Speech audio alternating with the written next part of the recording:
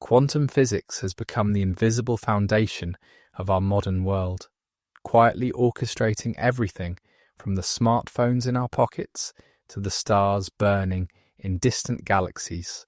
This strange realm where particles exist in multiple states simultaneously, where observation changes reality, and where the impossible becomes probable, emerged from humanity's deepest questions about the nature of existence itself. Tonight, we'll journey through the complete story of how we discovered these bizarre truths hidden within the fabric of reality. Before we can truly appreciate the revolutionary nature of quantum mechanics, we need to understand the comfortable, predictable world that physicists inhabited at the end of the 19th century. Picture yourself in a grand European lecture hall around 1895, where distinguished professors with impressive beards spoke confidently about a universe that operated like clockwork. This was a time when physics seemed almost complete, when the laws governing motion, energy, heat, and electromagnetism appeared to explain everything worth explaining. Isaac Newton had given humanity a magnificent gift nearly 2 centuries earlier. His laws of motion and universal gravitation transformed our understanding of the cosmos from a realm of mystery into a domain of mathematical precision.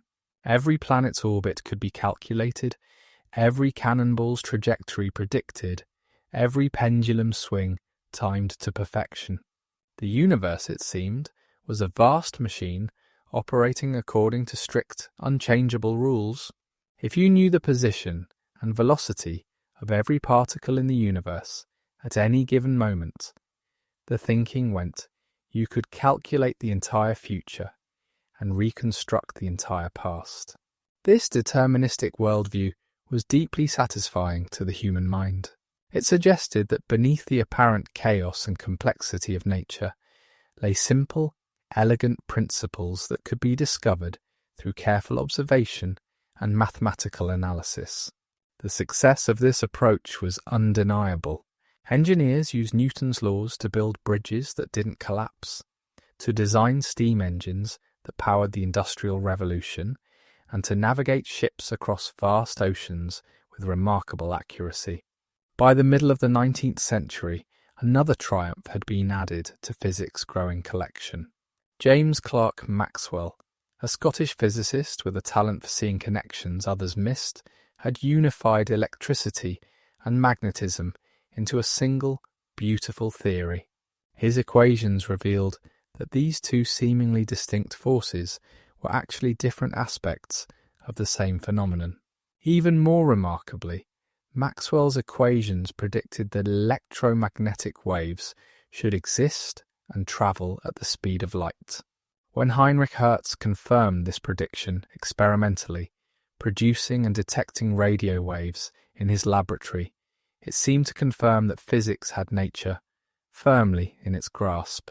The wave theory of light had also reached a sophisticated level of development. Thomas Young's double-slit experiment had demonstrated conclusively that light behaved as a wave, creating interference patterns just like water waves or sound waves. The wave-like nature of light explained so many phenomena, from the colours of soap bubbles to the operation of telescopes and microscopes, that it seemed beyond question. Light was understood to be electromagnetic waves propagating through space, oscillating electric and magnetic fields dancing together through the cosmos. Thermodynamics, the science of heat and energy, had also been placed on solid theoretical foundations. The laws of thermodynamics explained why perpetual motion machines were impossible, how steam engines extracted work from heat, and why heat always flowed from hot objects to cold ones. The atomic theory of matter was gaining acceptance too, with scientists like Ludwig Boltzmann showing how the behaviour of gases could be explained by assuming they consisted of vast numbers of tiny particles in constant motion. Yet beneath this facade of completeness, troubling cracks were beginning to appear. Lord Kelvin, one of the most distinguished physicists of the era, famously spoke of two small clouds on the horizon of physics. These clouds seemed minor at the time, mere technical difficulties that would surely be resolved with a bit more thought and experimentation.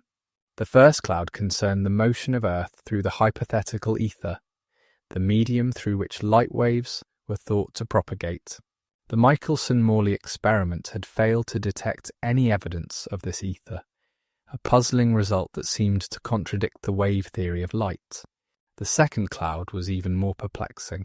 It involved what came to be known as the ultraviolet catastrophe, a problem with understanding how heated objects emit radiation.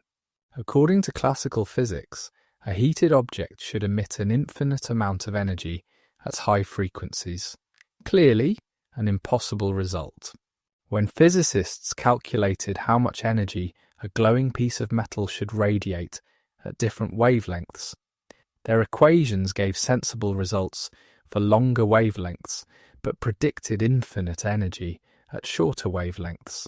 Since this obviously didn't happen, ovens didn't instantly vaporize everything around them, something was fundamentally wrong with the classical understanding. These problems might have seemed like minor technical issues, but they were actually symptoms of something much deeper. The universe was about to reveal that at its smallest scales it operated according to rules that would challenge everything physicists thought they knew about reality.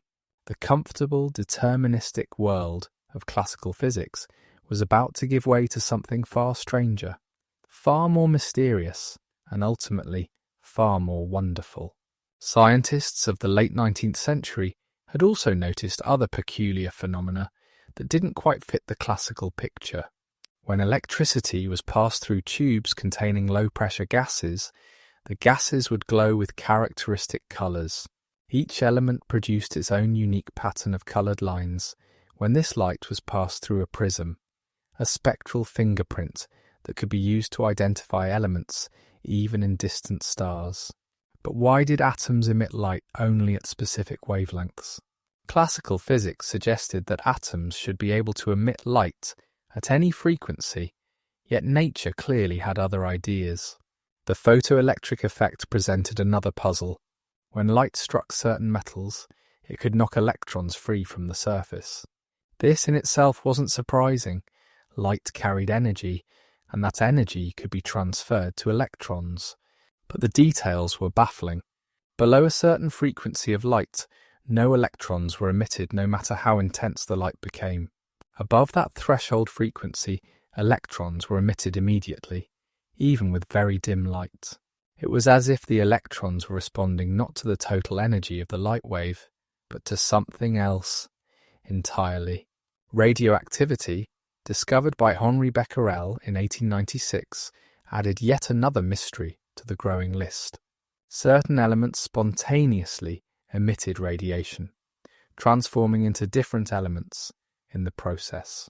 This seemed to violate the principle that elements were unchangeable, fundamental building blocks of matter. Moreover, the randomness of radioactive decay was troubling. You could predict how long it would take for half of a large sample to decay, but it was impossible to predict when any individual atom would decay. This intrinsic randomness had no place in the clockwork universe of classical physics. As the 19th century drew to a close, physics stood at a crossroads, though few realized it at the time.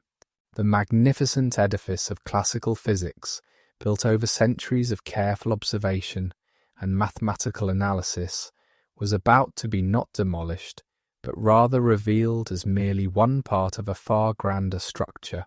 The universe was preparing to unveil secrets that would challenge our most basic assumptions about the nature of reality, causality, and the very meaning of existence. The stage was set for a revolution that would transform not just physics, but our entire understanding of what it means to exist in this strange and beautiful cosmos.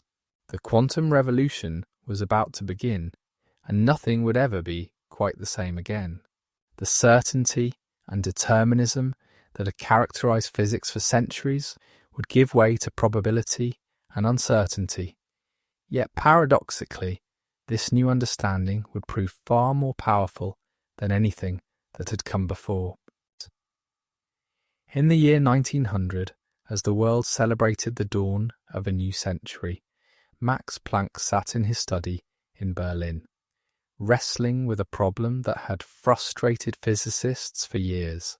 Planck was 42 years old, a respected but not revolutionary physicist, known more for his thoroughness than his radical thinking. He had no intention of overturning the foundations of physics. He simply wanted to solve the puzzle of black-body radiation, to find a formula that would accurately describe how heated objects emit light. What he discovered instead would mark the first moment of the quantum revolution, though neither he nor anyone else recognized it as such at the time. The problem Planck faced seemed deceptively simple. When you heat an object, think of a piece of iron in a blacksmith's forge, it begins to glow. First, it emits invisible infrared radiation that you can feel as heat. As it gets hotter, it begins to glow a dull red, then orange, then yellow, and if heated enough, it would glow white or even blue-white. Physicists wanted to understand exactly how much energy such an object would emit at each wavelength of light for any given temperature. This wasn't just an academic exercise. The German lighting industry was intensely interested in understanding thermal radiation to improve the efficiency of light bulbs. The government had even established a special institute, the Physikalische Technische Reichsanstalt, where precise measurements of thermal radiation were being made. These measurements had revealed a peculiar curve. The intensity of radiation peaked at a certain wavelength that depended on temperature, then fell off on either side. At higher temperatures, the peak shifted to shorter wavelengths, which explained why very hot objects appeared blue-white, while cooler ones appeared red. Two different formulas had been proposed to explain parts of this curve. Wilhelm Wien had derived a formula that worked well for short wavelengths, but failed at longer ones. Lord Rayleigh and James Jeans had developed another formula based on classical physics that worked for long wavelengths, but predicted infinite energy at short wavelengths. The infamous ultraviolet catastrophe. Neither formula could describe the entire curve, and physicists were stumped. Planck approached the problem with characteristic thoroughness. He had spent years studying thermodynamics and had developed a deep understanding of entropy, that mysterious quantity that always increases in isolated systems. He believed that a proper understanding of the entropy of thermal radiation would lead to the correct formula. For months he tried different approaches, attempting to derive a formula from first principles using classical physics. Then, in October 1900, Planck had access to the latest experimental data from the Reichsanstalt. The measurements were more precise than ever before, and Planck noticed something interesting. By interpolating between Wien's formula and the Rayleigh-Jeans formula, he could construct a mathematical expression that fit the data perfectly. On the evening of October 7th, he sent his formula to Heinrich Rubens, one of the experimentalists at the Reichsanstalt. Rubens worked through the night, comparing Planck's formula to his measurements. The agreement was perfect. Planck announced his formula at a meeting of the German Physical Society on October 14th, but he wasn't satisfied. He had found a formula that worked, but he didn't understand why it worked. For the next 2 months, he struggled to derive his formula from fundamental principles. What he discovered in December would haunt him for the rest of his life. The only way Planck could derive his formula was by making an assumption that seemed absurd according to classical physics. He had to assume that energy could not be emitted or absorbed continuously, but only in discrete chunks, which he called quanta. The energy of each quantum was proportional to the frequency of the radiation, with the constant of proportionality being a new fundamental constant of nature, now known as Planck's constant. Imagine you're pouring water from a pitcher. According to our everyday experience and classical physics, you can pour any amount of water you want, a lot, a little, or any amount in between. But Planck was saying that when it came to electromagnetic energy, nature operated differently.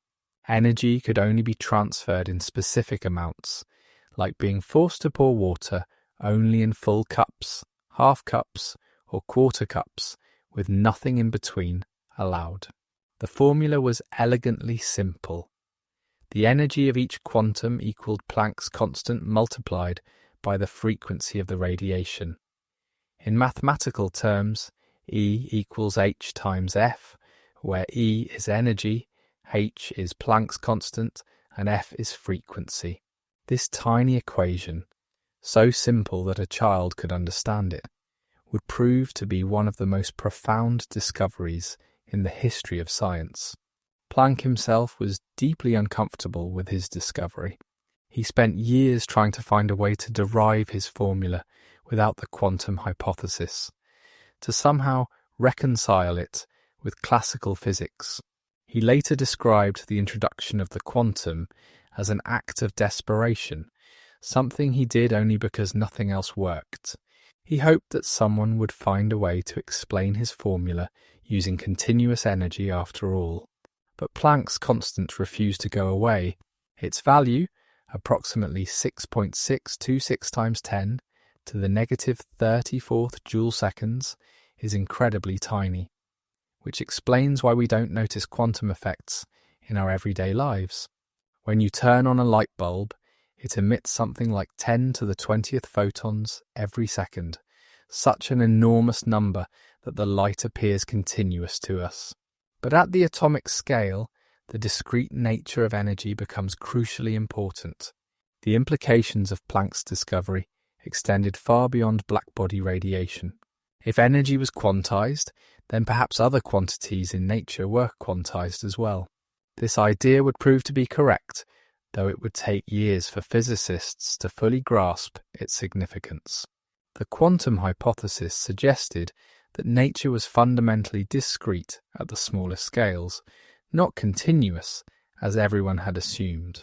Planck presented his quantum hypothesis to the German Physical Society on December 14, 1900, a date now regarded as the birthday of quantum mechanics. But the reaction was muted. Most physicists saw it as a mathematical trick, a calculational device that happened to give the right answer, but didn't reflect anything fundamental about nature.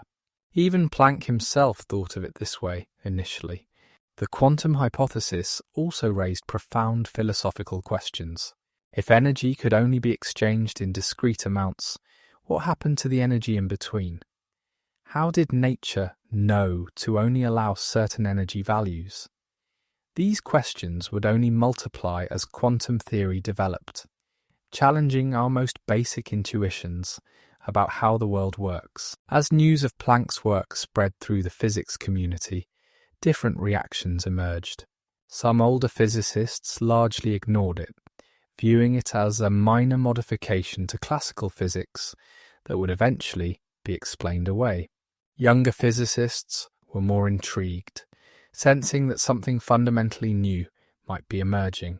Among these younger scientists was a 21-year-old patent clerk in Switzerland named Albert Einstein, who would soon take Planck's idea and push it in directions that even Planck couldn't accept. The concept of energy quanta also had practical implications that wouldn't be fully appreciated for decades. It would eventually explain the stability of atoms, the nature of chemical bonds, the behavior of semiconductors, and countless other phenomena. The technologies that would emerge from quantum theory, lasers, transistors, computer chips, LED lights, were unimaginable in 1900, but they all trace their origins back to Planck's desperate hypothesis. Planck's personal story adds a poignant dimension to this scientific revolution. He was a conservative man by nature, devoted to classical physics and uncomfortable with radical changes. He loved music and played the piano excellently, finding in the harmonies and mathematical relationships of music a reflection of the order he sought in physics.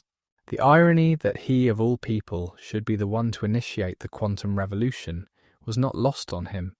Throughout his life, Planck maintained a complex relationship with his discovery. He was proud of solving the black body problem, but troubled by the implications of his solution. He once remarked that new scientific theories don't triumph by convincing their opponents, but rather because their opponents eventually die, and a new generation grows up familiar with them. Little did he know how prophetic these words would prove to be for quantum mechanics. The years following Planck's discovery saw little immediate progress in understanding what the quantum hypothesis really meant. Most physicists continued working within the classical framework, treating Planck's constant as a curious anomaly that appeared in one specific calculation. But the seed had been planted. The quantum revolution had begun, even if almost no one realized it yet. Looking back from our perspective today, we can see that Planck's discovery marked a fundamental shift in how we understand nature. The continuous, smoothly flowing universe of classical physics was giving way to a discrete, quantized reality at the smallest scales. This wasn't just a minor modification to existing theories. It was the first glimpse of an entirely new level of reality, one that would prove to be stranger and more wonderful than anyone could have imagined. In 1905, while the physics establishment continued to puzzle over Planck's quantum hypothesis, a young patent examiner in Bern, Switzerland, was about to take the quantum idea and push it into territory that even Planck wouldn't dare to explore.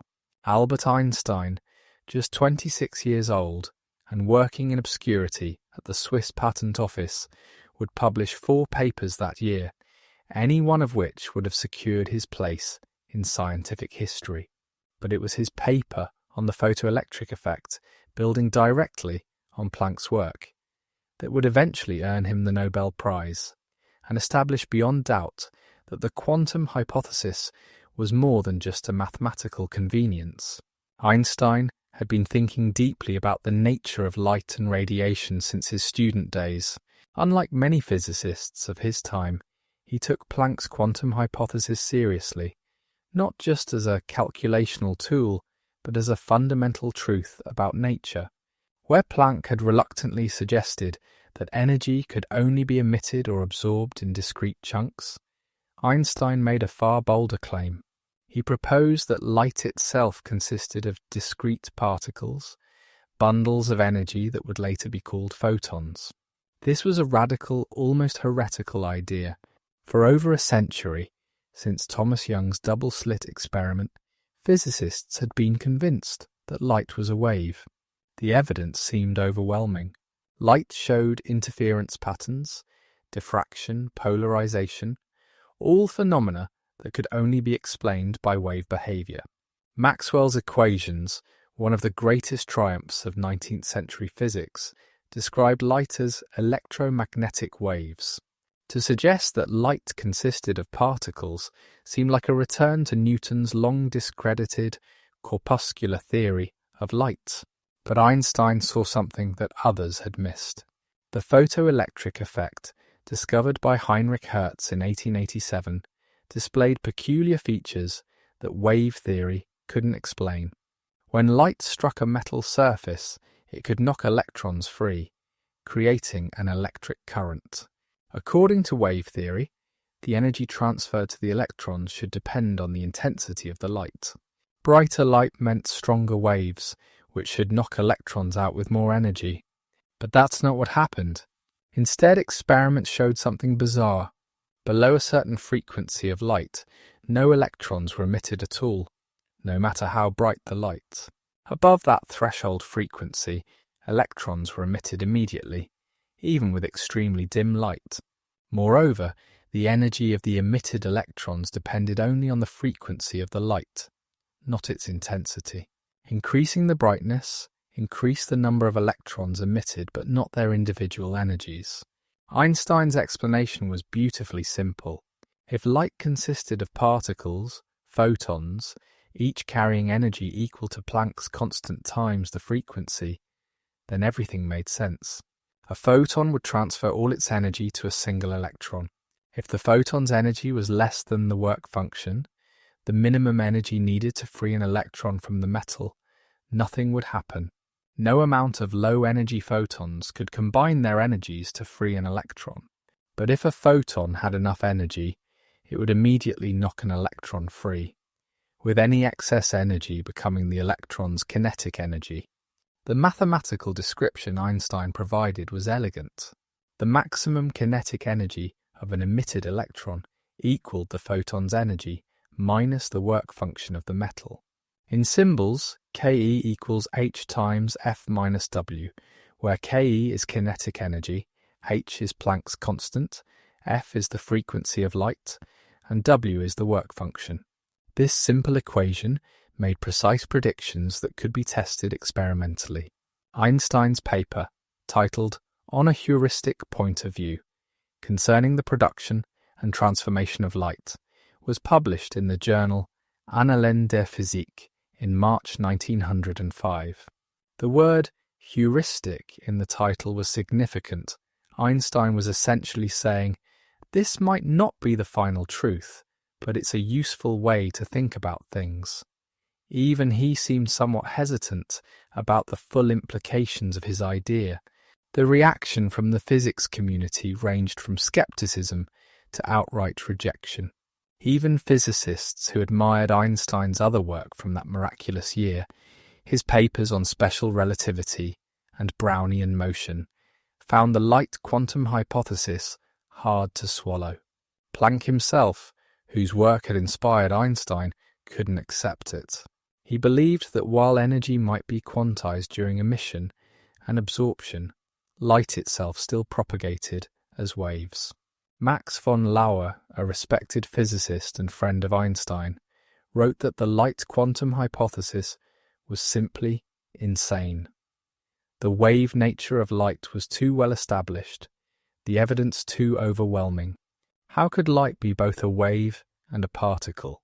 It seemed logically impossible, a violation of the basic principle that something cannot be two contradictory things at once. But Einstein persisted, finding more evidence for his photon concept. He showed that it could explain the puzzling features of fluorescence, where substances absorb light at one frequency and emit it at another. He demonstrated that it could account for the photoionization of gases. Most importantly, he showed that his formula for the photoelectric effect made precise, testable predictions. The experimental confirmation came slowly. Robert Millikan, an American physicist, set out to disprove Einstein's theory. He spent 10 years conducting increasingly precise measurements of the photoelectric effect, fully expecting to show that Einstein was wrong.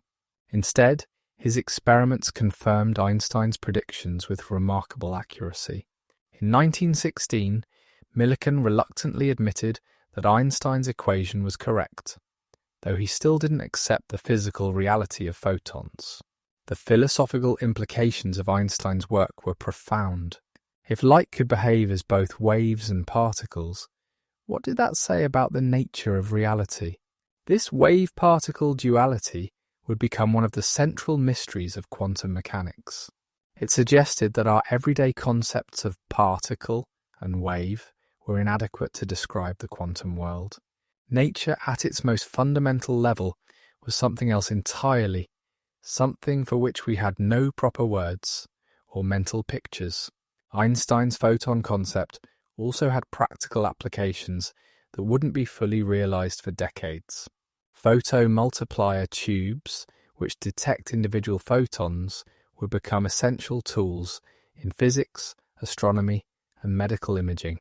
Solar cells, which convert light directly into electricity via the photoelectric effect, would eventually power satellites and provide clean energy on Earth. Charge-coupled devices, or CCDs, based on the photoelectric effect, would revolutionize astronomy and digital photography. The light quantum hypothesis also raised deep questions about the nature of electromagnetic fields. If light consisted of particles, what happened to Maxwell's electromagnetic waves? How could the same phenomenon be described by two seemingly incompatible theories? These questions wouldn't be fully resolved until the development of quantum electrodynamics decades later, which would show that particles and fields were complementary descriptions of the same quantum reality.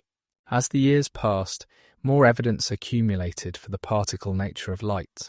Arthur Compton's experiments in 1923 showed that photons could collide with electrons like billiard balls, transferring momentum in precisely the way particles should. The Compton effect, as it came to be known, provided nearly irrefutable evidence for the reality of photons. Yet the wave nature of light couldn't be denied either. Interference and diffraction experiments continue to show wave-like behavior. The resolution of this paradox wouldn't come from choosing one description over the other, but from accepting that nature was fundamentally different from our everyday experience. Light was neither wave nor particle in the classical sense, but something that could manifest either property depending on how we observed it. Einstein himself had mixed feelings about the quantum revolution he had helped initiate. While he accepted the reality of photons and the success of quantum mechanics, he never fully accepted its probabilistic interpretation. His famous quote, "God does not play dice with the universe," reflected his discomfort with the fundamental randomness that quantum mechanics seemed to imply. He spent the latter part of his life searching for a more complete theory that would restore determinism to physics. The concept of photons also transformed our understanding of vision and perception. Every time you see something, individual photons are striking the retina in your eye, triggering chemical reactions that send signals to your brain. The fact that we can see single stars in the night sky means our eyes are sensitive enough to detect just a few photons. In complete darkness, the human eye can detect flashes of light consisting of as few as 5 to 10 photons.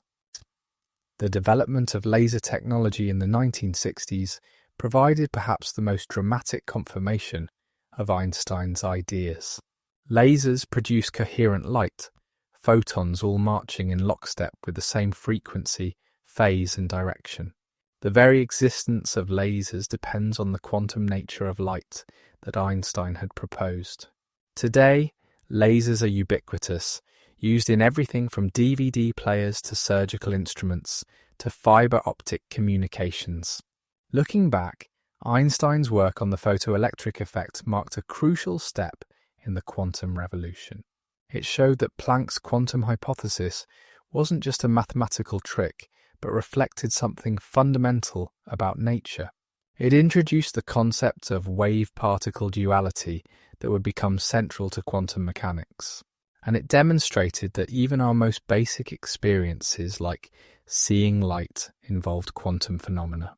The journey from Planck's reluctant quantum hypothesis to Einstein's bold photon concept took just 5 years, but it overturned centuries of thinking about the nature of light. It showed that the universe was far stranger than classical physics had suggested, operating according to rules that seemed to defy common sense. The quantum revolution was gathering momentum, and the surprises were just beginning. In 1911, a young Danish physicist named Niels Bohr arrived in England to work with J.J. Thomson at Cambridge University. Bohr was 26 years old, recently married, and burning with ambition to understand the structure of atoms.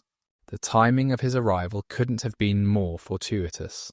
The world of atomic physics was in turmoil, with new experimental discoveries challenging every attempt to understand how atoms worked.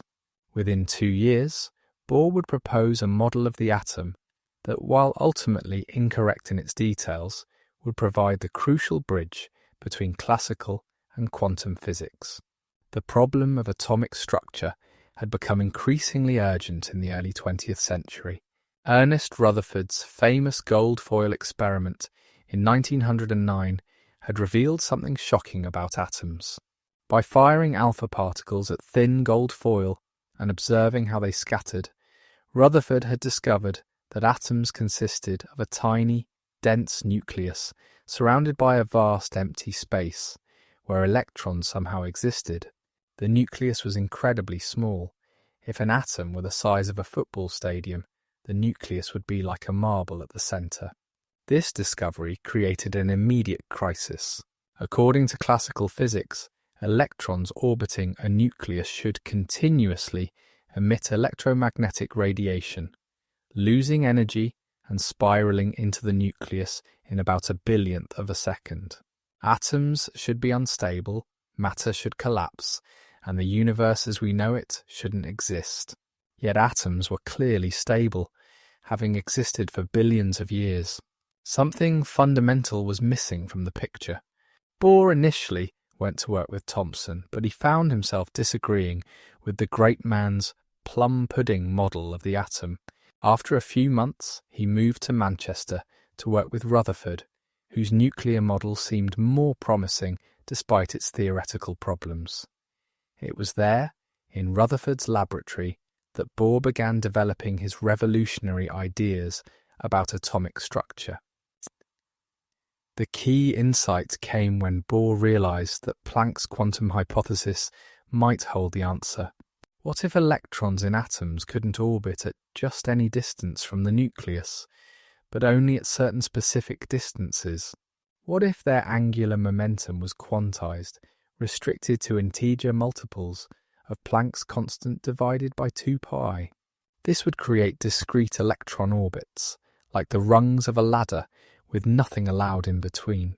Bohr proposed that electrons in these special orbits didn't radiate energy, despite what classical physics predicted. They could orbit forever without spiraling into the nucleus. But when an electron jumped from one orbit to another, it would emit or absorb a photon whose energy exactly matched the energy difference between the orbits. This would explain why atoms emitted and absorbed light only at specific wavelengths. Each spectral line corresponded to a particular electron transition. The mathematics Bohr developed was relatively simple, but incredibly powerful. For hydrogen, the simplest atom with 1 proton and 1 electron, he could calculate the allowed energy levels precisely. The energy of each level was proportional to -1 divided by n squared, where n was a positive integer called the principal quantum number. The ground state, the lowest energy level, had n equals 1. Excited states had n equals 2, 3, 4, and so on. When Bohr used his model to calculate the wavelengths of light that hydrogen should emit, something remarkable happened. His predictions matched the observed spectrum of hydrogen perfectly. The Balmer series, a set of spectral lines in the visible range that had been measured precisely but never explained, fell out naturally from his equations. The mysterious Rydberg constant, an empirical number that's appeared in formulas describing hydrogen's spectrum, could now be calculated from fundamental constants like the electron's mass and charge, Planck's constant, and the speed of light. Bohr published his atomic model in 3 papers in 1913, collectively titled On the Constitution of Atoms and Molecules. The response from the physics community was mixed. The agreement with the experiment was undeniably impressive, but the theoretical foundation seemed shaky. Why should electrons in certain orbits not radiate? How did an electron know to jump from one orbit to another? The model seemed to work, but no one really understood why.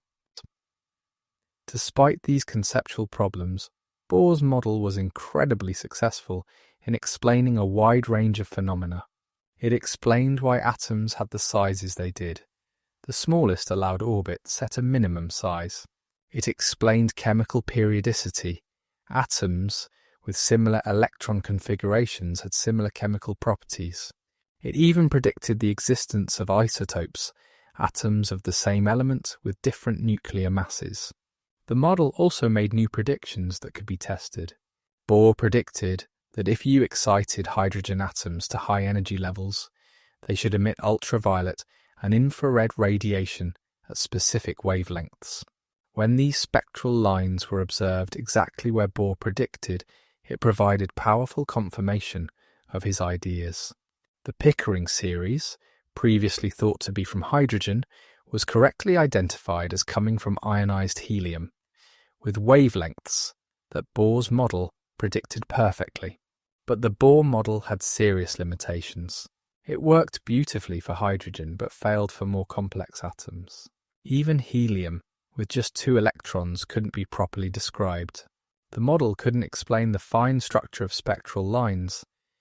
The fact that what appeared to be single lines were actually multiple closely spaced lines. It couldn't account for the intensity of spectral lines or explain chemical bonding. These limitations led to a period known as the Old Quantum Theory, roughly from 1913 to 1925, when physicists tried to patch up and extend Bohr's model. Arnold Sommerfeld introduced elliptical orbits and additional quantum numbers. The Bohr-Sommerfeld model could explain more phenomena, including the fine structure of spectral lines when relativistic effects were included. But each new patch made the theory more complicated and ad hoc. The correspondence principle, introduced by Bohr, became an important guide during this period. It stated that quantum mechanics should reduce to classical mechanics in the limit of large quantum numbers. For highly excited atoms with electrons in large orbits, the predictions of quantum and classical physics should match. This principle helped physicists navigate the strange new quantum world by providing a bridge to familiar classical concepts. Despite its problems, the old quantum theory achieved remarkable successes. It explained the Stark effect, the splitting of spectral lines in electric fields, and the Zeeman effect, the splitting of spectral lines in magnetic fields. It provided insights into molecular structure and chemical bonding. It even offered explanations for the periodic table of elements, showing why elements in the same column had similar properties. The philosophical implications of Bohr's model were profound. It suggested that nature was fundamentally discrete at the atomic level. Electrons couldn't have just any energy. They were restricted to specific values. This quantization wasn't imposed from outside, but seemed to be an intrinsic property of atoms. The continuous world of our everyday experience emerged from an underlying discrete reality. Bohr himself became the leader of the quantum revolution, establishing an institute in Copenhagen that became the world centre for quantum physics. His philosophical approach, emphasising the limits of classical concepts and the need for complementary descriptions, would profoundly influence the interpretation of quantum mechanics. He insisted that we couldn't picture quantum phenomena in classical terms. We had to accept that the atomic world operated according to different rules. The concept of quantum jumps between energy levels raised troubling questions about causality. What triggered a particular atom to emit a photon at a particular moment? The old quantum theory had no answer. Transitions seemed to happen randomly, without any determining cause. Einstein found this particularly disturbing, leading to his famous objection that God does not play dice. But the experimental evidence was clear. Atomic transitions were genuinely random events.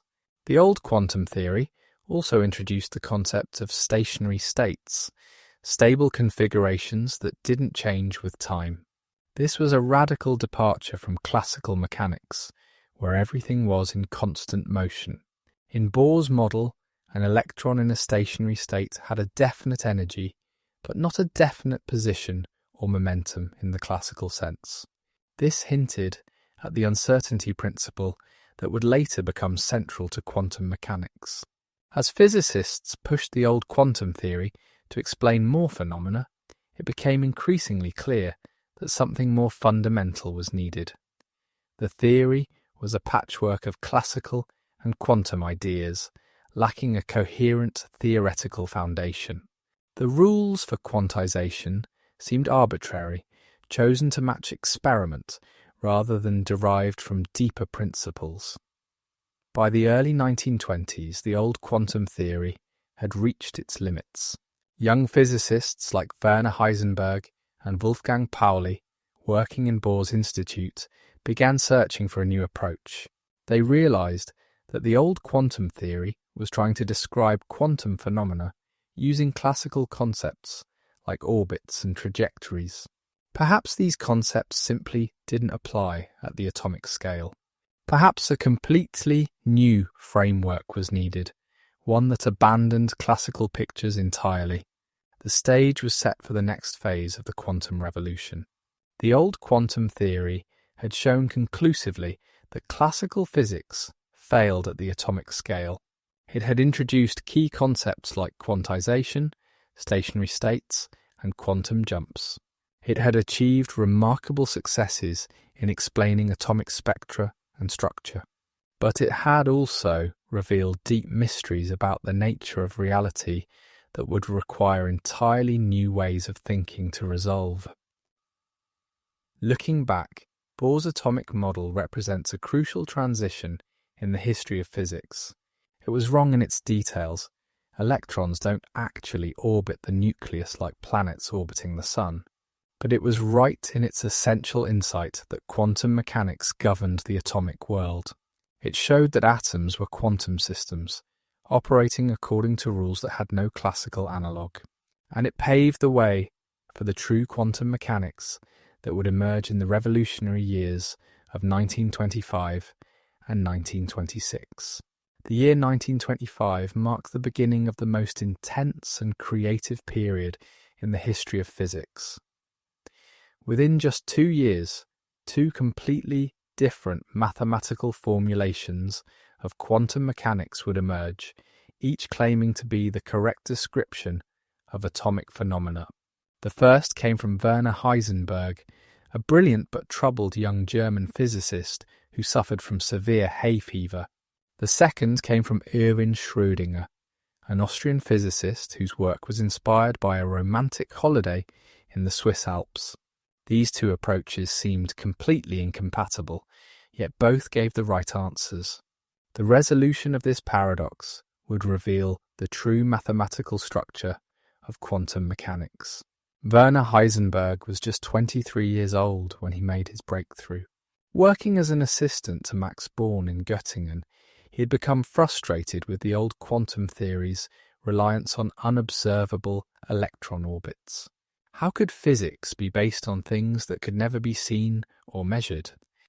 In June 1925, seeking relief from a severe attack of hay fever, Heisenberg retreated to the small island of Helgoland in the North Sea, where the air was free of pollen. On this isolated island, working through the night fueled by coffee and determination, Heisenberg had a revolutionary insight. Instead of trying to describe electron orbits, why not focus only on observable quantities, the frequencies and intensities of spectral lines? He began constructing tables of numbers representing the transitions between energy states. These tables had a strange property. When you multiplied them together, the order mattered. A times B didn't equal B times A. At first, Heisenberg didn't understand the mathematics he was using. He had rediscovered matrix algebra, a branch of mathematics developed in the 19th century, but unfamiliar to most physicists at the time. When he showed his work to Born, the older physicist recognized the mathematical structure, and together with his student Pascual Jordan, developed Heisenberg's ideas into a complete formulation of quantum mechanics. Matrix mechanics, as it came to be called, was abstract and difficult. Instead of describing particles with positions and velocities, it used infinite matrices, arrays of numbers representing all possible transitions between quantum states. The fundamental equation of motion looked similar to classical mechanics, but with matrices replacing ordinary numbers. The non-commutativity of matrix multiplication, the fact that A times B didn't equal B times A, would prove to have profound physical significance.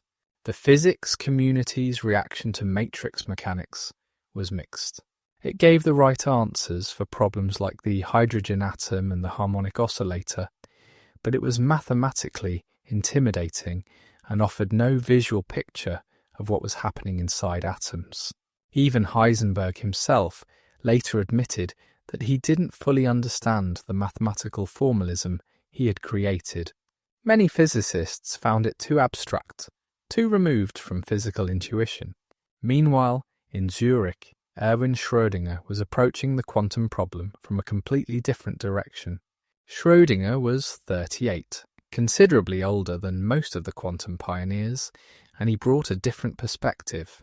He had been deeply influenced by Louis de Broglie's suggestion that particles might have wave properties, just as Einstein had shown that waves could have particle properties. The story of Schrödinger's discovery has become legendary in physics folklore. During the Christmas holiday of 1925, he retreated to a villa in the Swiss Alps, accompanied not by his wife, but by an unknown woman whose identity remains a mystery to this day. Inspired by the romantic atmosphere and de Broglie's ideas, Schrödinger began searching for a wave equation that would describe matter waves.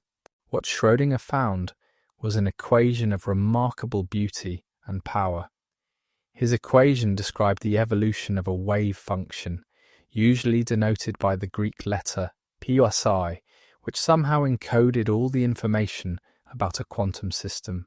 The equation looked like a classical wave equation, but with imaginary numbers playing a crucial role. When applied to the hydrogen atom, it gave exactly the same energy levels as Bohr's model, but now they emerged naturally as resonant frequencies of the wave function, like the harmonics of a vibrating string. Schrödinger published his wave mechanics in a series of papers in early 1926. The physics community embraced it enthusiastically. Here was a theory that used familiar mathematics, differential equations that physicists had been solving for centuries. It offered visual pictures. You could imagine electron waves surrounding the nucleus like three-dimensional standing waves. It seemed to restore some measure of continuity and determinism to atomic physics. But what did the wave function actually represent? Schrödinger initially thought it described the actual distribution of electric charge in space. Where the wave function was large, there was more charge. But this interpretation quickly ran into problems. For a system with two particles, the wave function existed in six-dimensional space, not three-dimensional space. For three particles, it needed 9 dimensions. The wave function seemed to be more abstract than Schrödinger had hoped. The situation in 1926 was peculiar. Physics had two completely different theories, matrix mechanics and wave mechanics, that gave identical predictions for all known quantum phenomena. Matrix mechanics used discrete matrices and emphasized quantum jumps. Wave mechanics used continuous wave functions and emphasized smooth evolution. They seemed to be describing completely different realities, yet both worked perfectly. The resolution came from several directions almost simultaneously. Schrödinger himself showed that the two theories were mathematically equivalent, different representations of the same underlying structure. Paul Dirac, a brilliant young British physicist, developed a more abstract formulation that encompassed both approaches.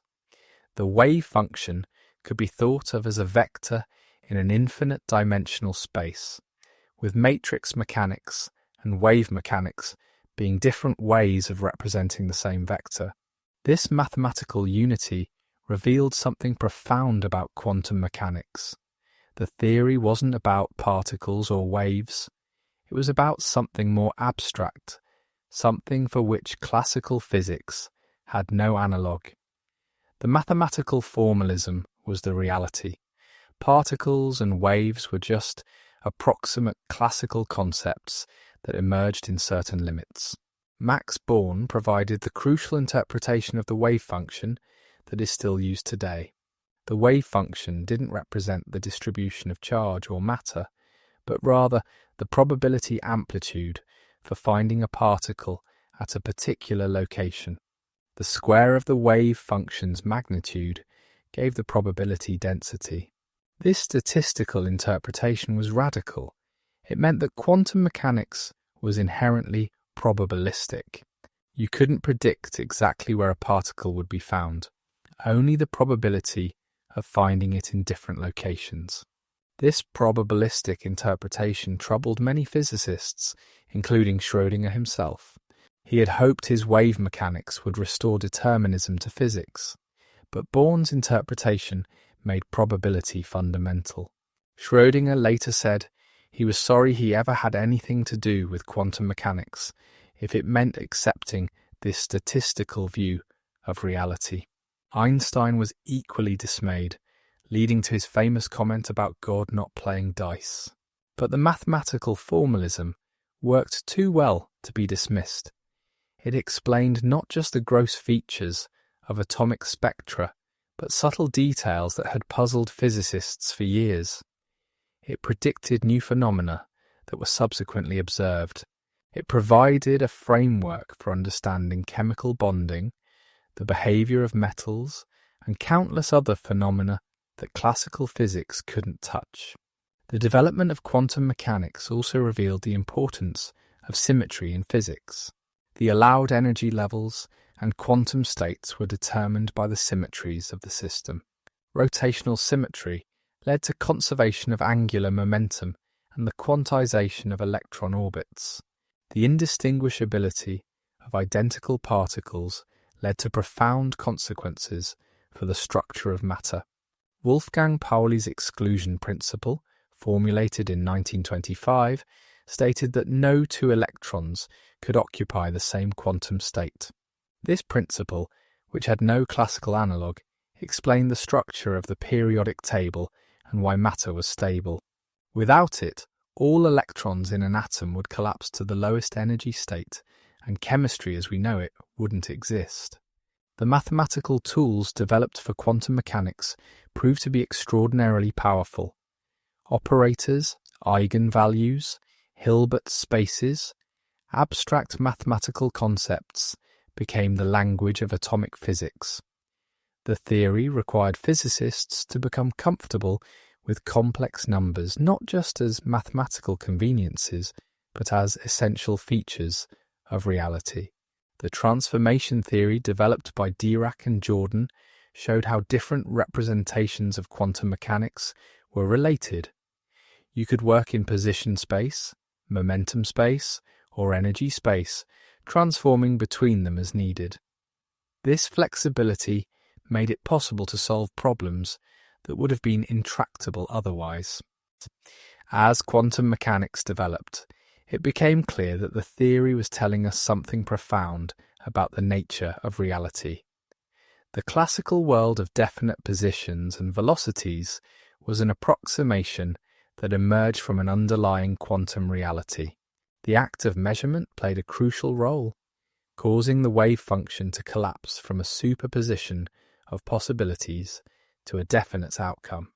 The success of quantum mechanics in explaining atomic phenomena was undeniable, but its implications for our understanding of reality remained controversial. The theory worked perfectly, but what did it mean?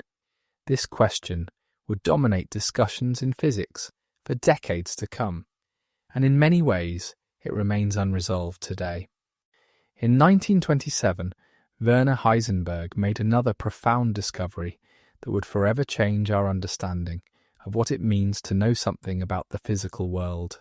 Working through the implications of the new quantum mechanics, he realized that there was a fundamental limit to how precisely we could simultaneously know certain pairs of properties of a particle. This wasn't just a practical limitation of our measuring instruments. It was a fundamental feature of nature itself. The uncertainty principle, as it came to be known, revealed that the universe at its most basic level was not just unknown, but unknowable in the classical sense. Heisenberg's insight emerged from thinking about how we actually measure things at the atomic scale. To see an electron, you need to bounce light off it. But light consists of photons, and a photon striking an electron will change the electron's momentum. The more precisely you try to determine the electron's position by using higher frequency light, the more you disturb its momentum.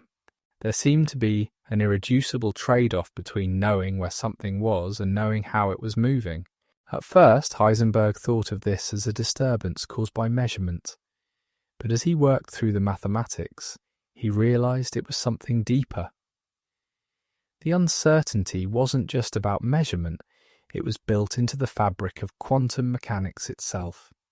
Position and momentum simply didn't have simultaneous precise values. The product of their uncertainties could never be less than Planck's constant divided by 4 pi. The mathematical expression of the uncertainty principle is deceptively simple. Delta x times delta p is greater than or equal to h bar over 2, where delta x is the uncertainty in position, delta p is the uncertainty in momentum, and h bar is Planck's constant divided by 2 pi.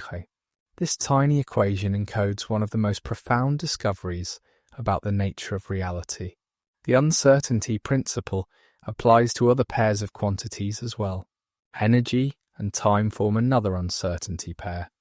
The more precisely you know the energy of a system, the less precisely you can know when it has that energy. This has remarkable consequences. It means that energy conservation can be violated for brief periods, with larger violations allowed for shorter times. Virtual particles can pop into existence from nothing, borrowing energy from the vacuum, as long as they disappear quickly enough to satisfy the uncertainty principle. Heisenberg initially explained his principle using thought experiments, imaginary scenarios that illustrated the fundamental limitations on measurement. His famous gamma-ray microscope thought experiment showed how trying to observe an electron's position with high-energy photons would necessarily disturb its momentum. These thought experiments weren't about practical limitations of technology, they revealed fundamental features of quantum reality. Niels Bohr, who had become the unofficial spokesman for quantum mechanics, initially disagreed with some of Heisenberg's reasoning.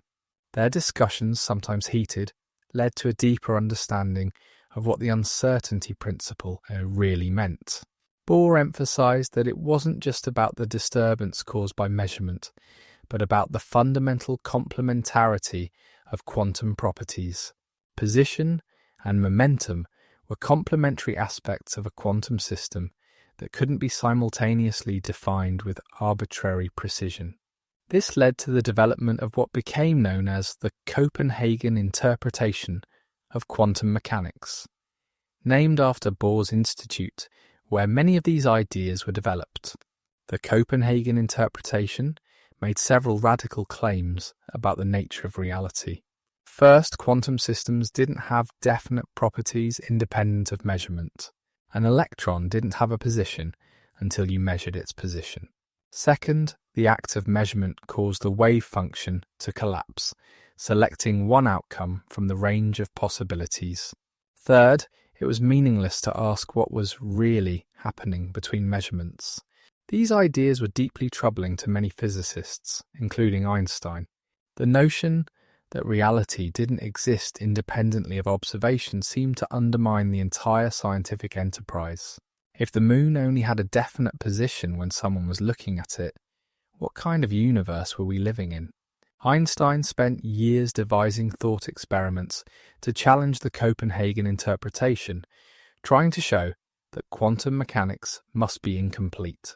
The most famous of these challenges was the Einstein-Podolsky-Rosen paradox, proposed in 1935. Einstein and his colleagues imagined two particles that had interacted and then separated. According to quantum mechanics, measuring one particle would instantly affect the other, no matter how far apart they were. Einstein called this spooky action at a distance and argued it showed quantum mechanics must be missing something. Bohr responded to each of Einstein's challenges, showing how they were consistent with the Copenhagen interpretation. Their debates, conducted with great mutual respect despite their philosophical differences, helped clarify the meaning of quantum mechanics. But they also revealed that quantum mechanics raised questions that went beyond physics to the nature of reality itself. The uncertainty principle had practical consequences that went far beyond philosophical debates. It explained why atoms were stable. Electrons couldn't spiral into the nucleus because that would require simultaneously having a precise position at the nucleus and precise momentum, 0, violating the uncertainty principle. It set fundamental limits on technology. No microscope, no matter how advanced, could see details smaller than the wavelength of the radiation used, and using shorter wavelengths meant imparting more momentum to what you were observing. The principle also had profound implications for the vacuum of empty space. In classical physics, empty space was truly empty. Zero energy, zero fluctuations, perfect nothingness. But the uncertainty principle meant that even empty space seethed with quantum fluctuations. Virtual particle pairs constantly appeared and disappeared, creating what physicists call the quantum vacuum. This wasn't just theoretical speculation. The effects of vacuum fluctuations could be measured in phenomena like the Lamb shift in hydrogen spectra and the Casimir effect between closely spaced metal plates. The Copenhagen interpretation became the orthodox view of quantum mechanics, taught in textbooks and used by most practicing physicists. Its pragmatic approach, shut up and calculate, as it was sometimes characterized, proved incredibly successful. If you wanted to predict the outcome of an experiment, the Copenhagen interpretation gave you a clear recipe. Write down the wave function, evolve it according to Schrödinger's equation, calculate probabilities for different measurement outcomes. But the interpretation left many questions unanswered.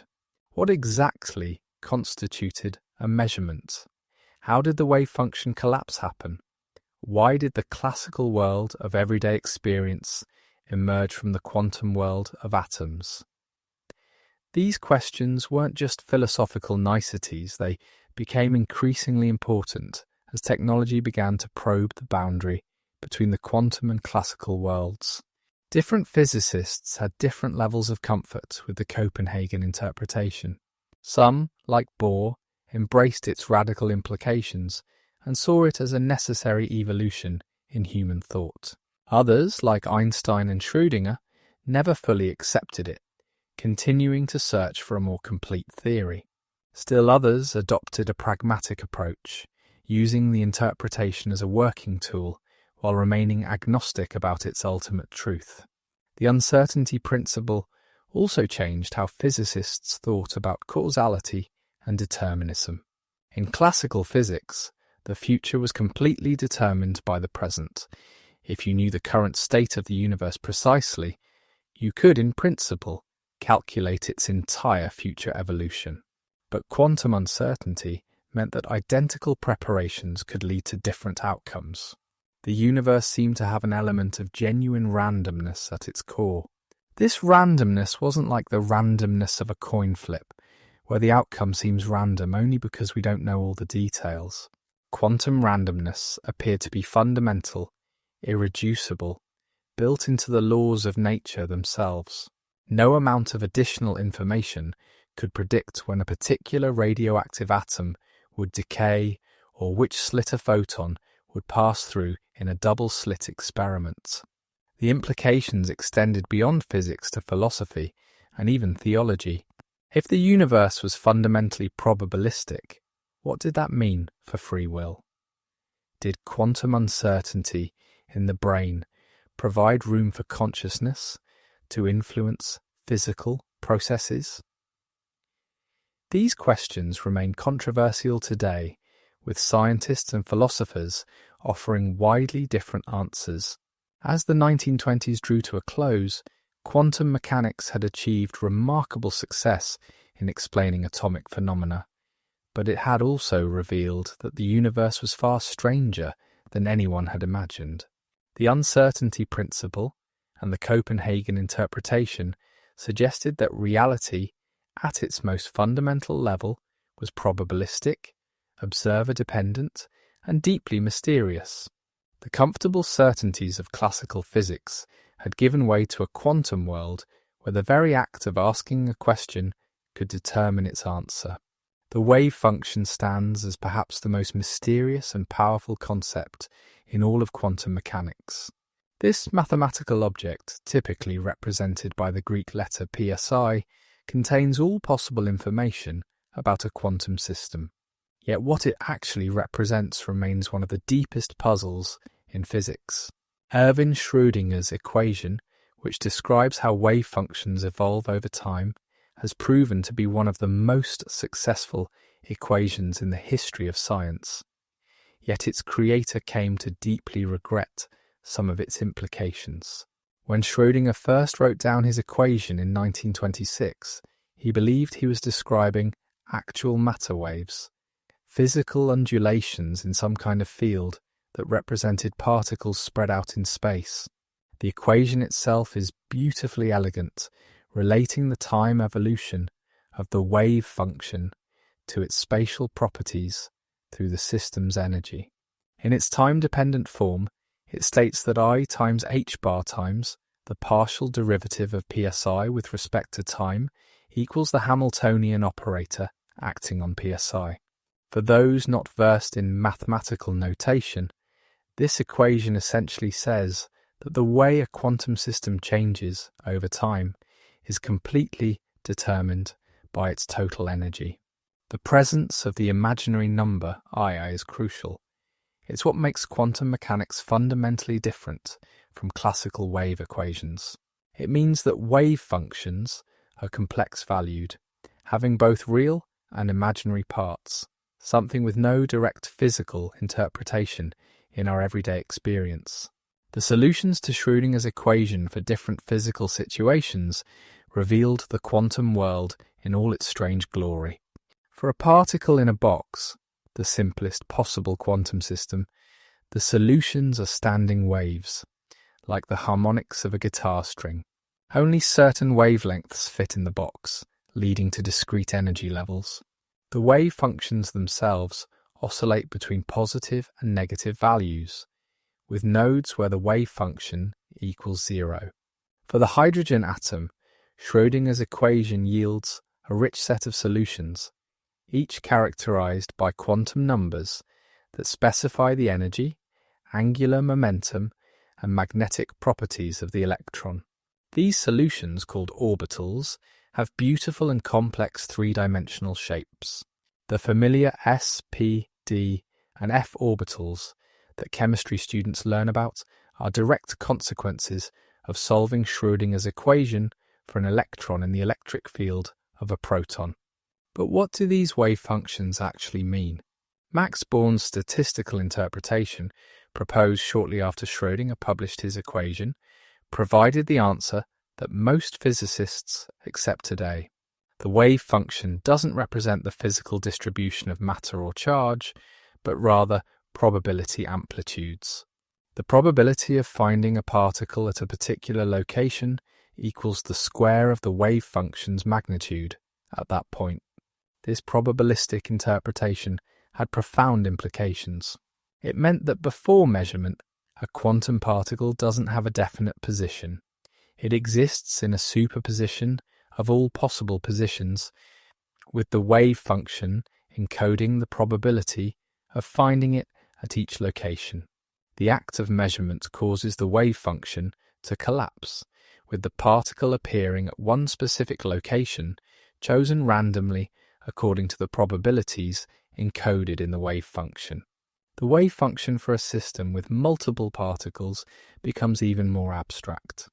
For two particles, the wave function exists in six-dimensional configuration space, 3 dimensions for each particle's position. For 3 particles, it needs 9 dimensions. For a macroscopic object containing perhaps 10 to the 23rd particles, the wave function would exist in an unimaginably high-dimensional space. This mathematical abstractness troubled even Schrödinger, who had hoped for a more visualizable theory. One of the most remarkable features of quantum wave functions is superposition. A quantum system can exist in a combination of different states simultaneously. An electron can be in a superposition of different energy levels. A photon can be in a superposition of different polarizations. An atom can be in a superposition of different positions. These superpositions aren't just mathematical abstractions, they have real, measurable consequences. The famous double-slit experiment provides the most dramatic demonstration of superposition. When electrons or photons pass through two slits, they create an interference pattern on a screen, even when sent through one at a time. Each particle seems to pass through both slits simultaneously, interfering with itself. The wave function describes this superposition mathematically, with parts of the wave passing through each slit and then recombining to create the interference pattern. But superposition leads to puzzling questions about the nature of reality. If a quantum system can be in multiple states simultaneously, when and how does it choose which state to be in? This is the measurement problem, one of the most vexing issues in quantum mechanics. The Schrödinger equation describes smooth deterministic evolution of the wave function, but measurement seems to involve a sudden random collapse to a definite state. Schrödinger himself became increasingly uncomfortable with these implications. In 1935, he proposed his famous thought experiment involving a cat in a box with a quantum-triggered poison mechanism. According to quantum mechanics, until the box is opened, the cat exists in a superposition of alive and dead states. Schrödinger intended this as a reductio ad absurdum, showing that something must be wrong with the theory. Yet quantum mechanics insists that this is exactly what happens. The cat really is in a superposition until observed. The properties of wave functions lead to many counterintuitive quantum phenomena. Quantum tunneling occurs when a particle's wave function extends through a barrier that it classically couldn't cross. Even though the particle doesn't have enough energy to go over the barrier, there's a probability of finding it on the other side. This isn't just theoretical. Tunneling is essential for nuclear fusion in stars, radioactive decay, and the operation of scanning tunneling microscopes. The wave function also embodies the uncertainty principle in its mathematical structure. You can write the wave function in position space, where it gives probabilities for different positions, or transform it to momentum space, where it gives probabilities for different momenta. But you can't have a wave function that's sharply peaked in both representations simultaneously. A wave function localized in position must be spread out in momentum, and vice versa. Entanglement, one of the most mysterious features of quantum mechanics, is naturally described by wave functions. When two particles interact, their wave functions become entangled. They can no longer be described independently. The wave function for the combined system can't be factored into separate wave functions for each particle. This entanglement persists even when the particles are separated by vast distances, leading to the spooky action at a distance that troubled Einstein. The time evolution of wave functions, governed by the Schrödinger equation, is completely deterministic. If you know the wave function at one time, you can calculate it exactly at any other time. This deterministic evolution seems to contradict the probabilistic nature of quantum measurements. How can a deterministic equation lead to random outcomes? This apparent paradox lies at the heart of the measurement problem. Different interpretations of quantum mechanics offer different perspectives on what the wave function represents. In the many worlds interpretation, the wave function never collapses. All possible outcomes occur in parallel universes. In the de Broglie-Bohm interpretation, the wave function guides actual particles along definite trajectories. In quantum Bayesianism, The wave function represents our subjective knowledge about a system rather than objective reality. The mathematical machinery of wave functions has proven extraordinarily successful in practical applications. Quantum chemistry uses wave functions to calculate molecular structures and reaction rates. Solid-state physics uses them to understand the behavior of electrons in materials. Quantum field theory extends the concept to describe the creation and annihilation of particles. The advent of quantum computing has given wave functions a new significance. A quantum computer manipulates wave functions directly, using superposition and entanglement as computational resources. The wave function of a quantum computer with n qubits exists in a 2 to the n dimensional space, allowing it to process vast amounts of information simultaneously. As our ability to manipulate individual quantum systems has improved, we've been able to observe wave functions more directly. Techniques like quantum state tomography can reconstruct the complete wave function of a simple quantum system. We can watch wave functions evolve, see them collapse during measurement, and even reverse their evolution to undo a measurement. The wave function remains one of the most successful yet puzzling concepts in physics. It allows us to calculate the behavior of atoms, molecules, and materials with extraordinary precision. Yet what it actually represents, whether it's a physical entity, a mathematical tool, or something else entirely, remains a matter of debate nearly a century after Schrödinger first wrote down his equation. In 1935, Albert Einstein, along with his colleagues Boris Podolsky and Nathan Rosen, published a paper that would challenge the very foundations of quantum mechanics. Their work, known as the EPR paradox after their initials, introduced the world to one of the most bizarre and counterintuitive aspects of quantum theory: entanglement. Einstein intended this as a fatal blow to quantum mechanics, a demonstration that the theory must be incomplete. Instead, it revealed just how strange reality truly is at the quantum level, leading to discoveries that continue to reshape our understanding of the universe today. The EPR paper began with what seemed like a reasonable assumption about reality. They proposed that any complete theory of physics should satisfy two conditions. First, it should be able to predict the results of measurements with certainty when those results can be predicted. Second, physical properties should have definite values independent of observation, what they called elements of reality. If you could predict with certainty the value of a physical quantity without disturbing the system, then that quantity must have a definite value whether you measure it or not. Einstein and his colleagues then constructed a thought experiment that seemed to show quantum mechanics violated these reasonable conditions. Imagine two particles that interact and then fly apart in opposite directions. According to quantum mechanics, these particles remain entangled. Measuring one instantly affects the other, no matter how far apart they are. If you measure the position of particle A, you instantly know the position of particle B.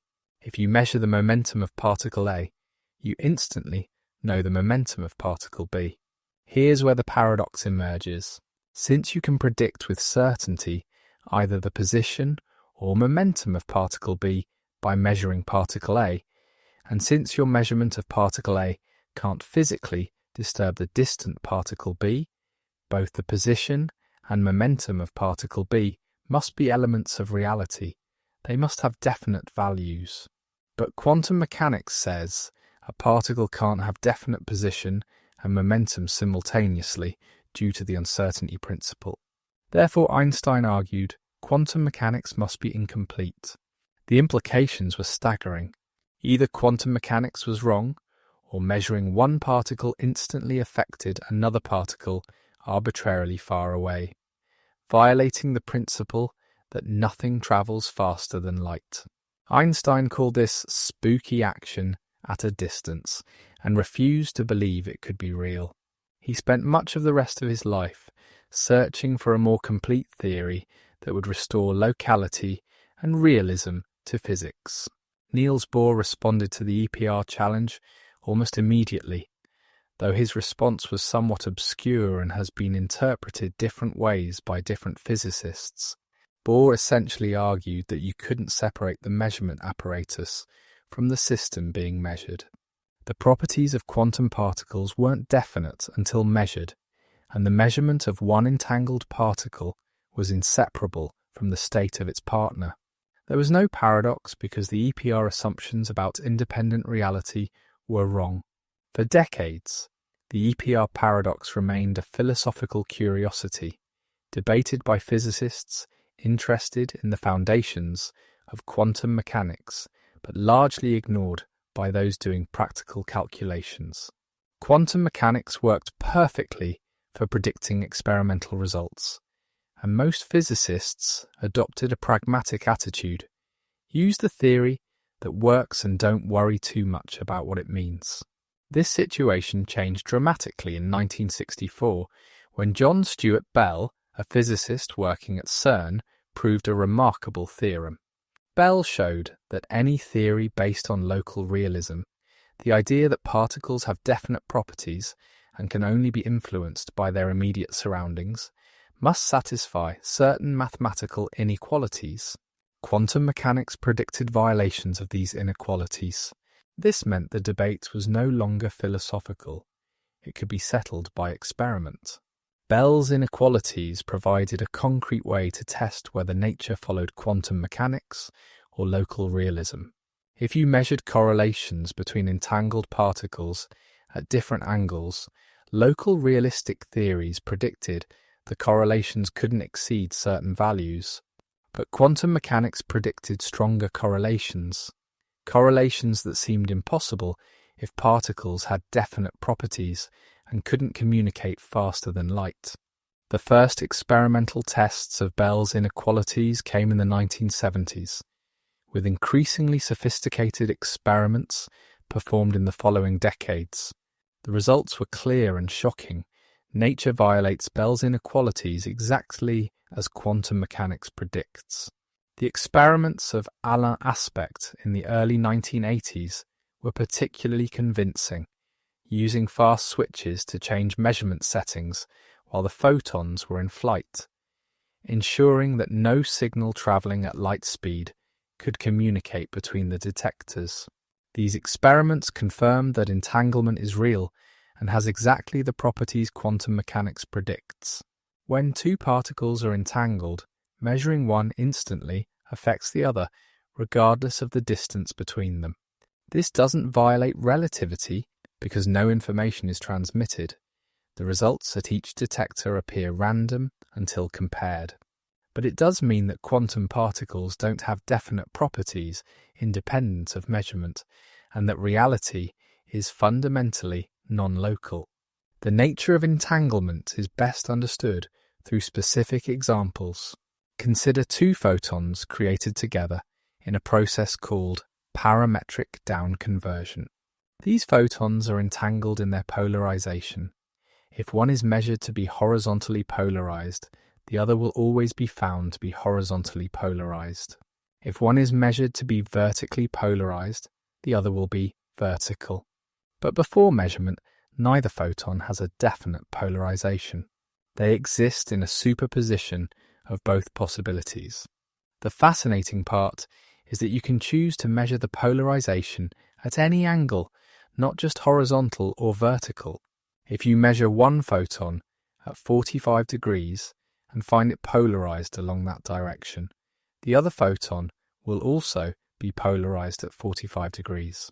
It's as if the photons instantly agree on what polarization to have based on how they're measured, even when separated by vast distances. Entanglement isn't limited to pairs of particles.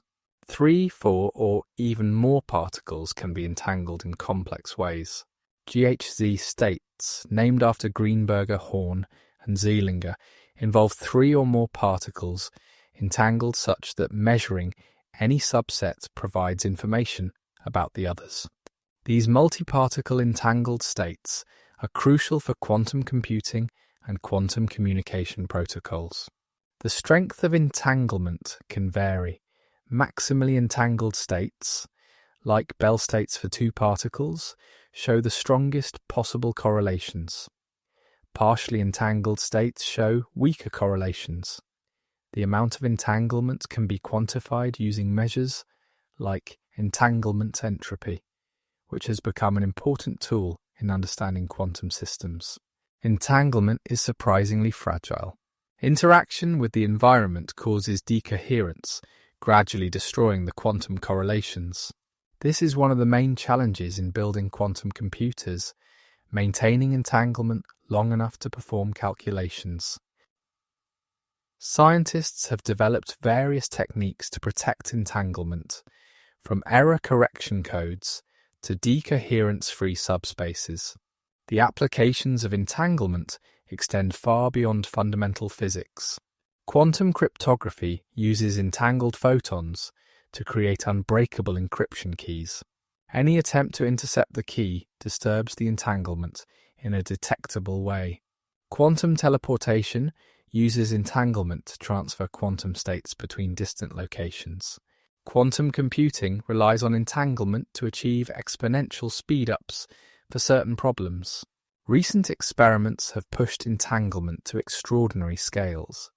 Entangled photons have been transmitted through optical fibers over hundreds of kilometers and through free space to satellites. Scientists have entangled massive objects containing trillions of atoms, approaching the scale where quantum effects might become visible to the naked eye. There are even proposals to test entanglement between Earth and the Moon. The philosophical implications of entanglement continue to provoke debate. If measurement of one particle instantly affects another distant particle, what does this say about the nature of space and time? Some physicists suggest that entanglement hints at a deeper level of reality, where space and time emerge from more fundamental quantum correlations. Others see it as evidence that consciousness plays a special role in quantum mechanics. Entanglement has also inspired new ways of thinking about quantum mechanics itself. The tensor network approach represents quantum states as networks of entangled components. Quantum information theory treats entanglement as a resource that can be quantified, manipulated, and consumed. These perspectives have led to new insights in fields ranging from condensed matter physics to quantum gravity. The discovery that entanglement can be swapped and distilled has led to remarkable protocols. Entanglement swapping allows two particles that have never interacted to become entangled through their mutual entanglement with other particles. Entanglement distillation can extract strongly entangled pairs from many weakly entangled pairs. These techniques are essential for quantum communication networks. Recent work has revealed connections between entanglement and other areas of physics. The holographic principle in quantum gravity suggests that entanglement might be the fundamental thread from which spacetime is woven. Entanglement entropy has become a powerful tool for understanding phase transitions and topological phases of matter. Even black hole physics seems intimately connected to quantum entanglement. Looking back, the EPR paradox represents one of the most profound discoveries in the history of science. What Einstein intended as a refutation of quantum mechanics instead revealed that reality is far stranger than anyone imagined. Entanglement shows us that the universe is fundamentally interconnected in ways that defy our everyday intuition. Particles separated by cosmic distances remain united in a quantum embrace, their properties undetermined until measurement yet perfectly correlated when observed. As quantum mechanics matured in the late 1920s, physicists began to realize that reconciling it with special relativity would require something even more radical than wave functions and uncertainty principles. The marriage of quantum mechanics and special relativity gave birth to quantum field theory, a framework that would eventually describe 3 of the 4 fundamental forces of nature and predict the existence of antimatter, virtual particles, and the Higgs boson. This extraordinary theoretical structure, refined over decades, culminated in what we now call the Standard Model of particle physics. The need for quantum field theory became apparent when physicists tried to describe the creation and annihilation of particles. In ordinary quantum mechanics, the number of particles is fixed. You might not know exactly where they are, but you know how many exist. But experiments showed that particles could be created and destroyed. When an electron and positron collide, they annihilate into photons. When a high-energy photon passes near a nucleus, it can create an electron-positron pair. These processes required a new theoretical framework. Paul Dirac took the first major step in 1928 when he developed a relativistic equation for the electron. The Dirac equation was a triumph, naturally explaining the electron's spin and magnetic moment. But it had a puzzling feature. It predicted negative energy states. If electrons could have negative energy, they should all fall into these states, releasing infinite energy in the process. The universe should collapse in a catastrophic cascade. Dirac's solution was audacious. He proposed that all negative energy states were already filled with electrons, forming an infinite sea that we don't normally notice. When an electron is knocked out of this sea, it leaves behind a hole that behaves like a particle with positive charge, what we now call a positron. This prediction of antimatter was confirmed in 1932 when Carl Anderson discovered positrons in cosmic ray experiments.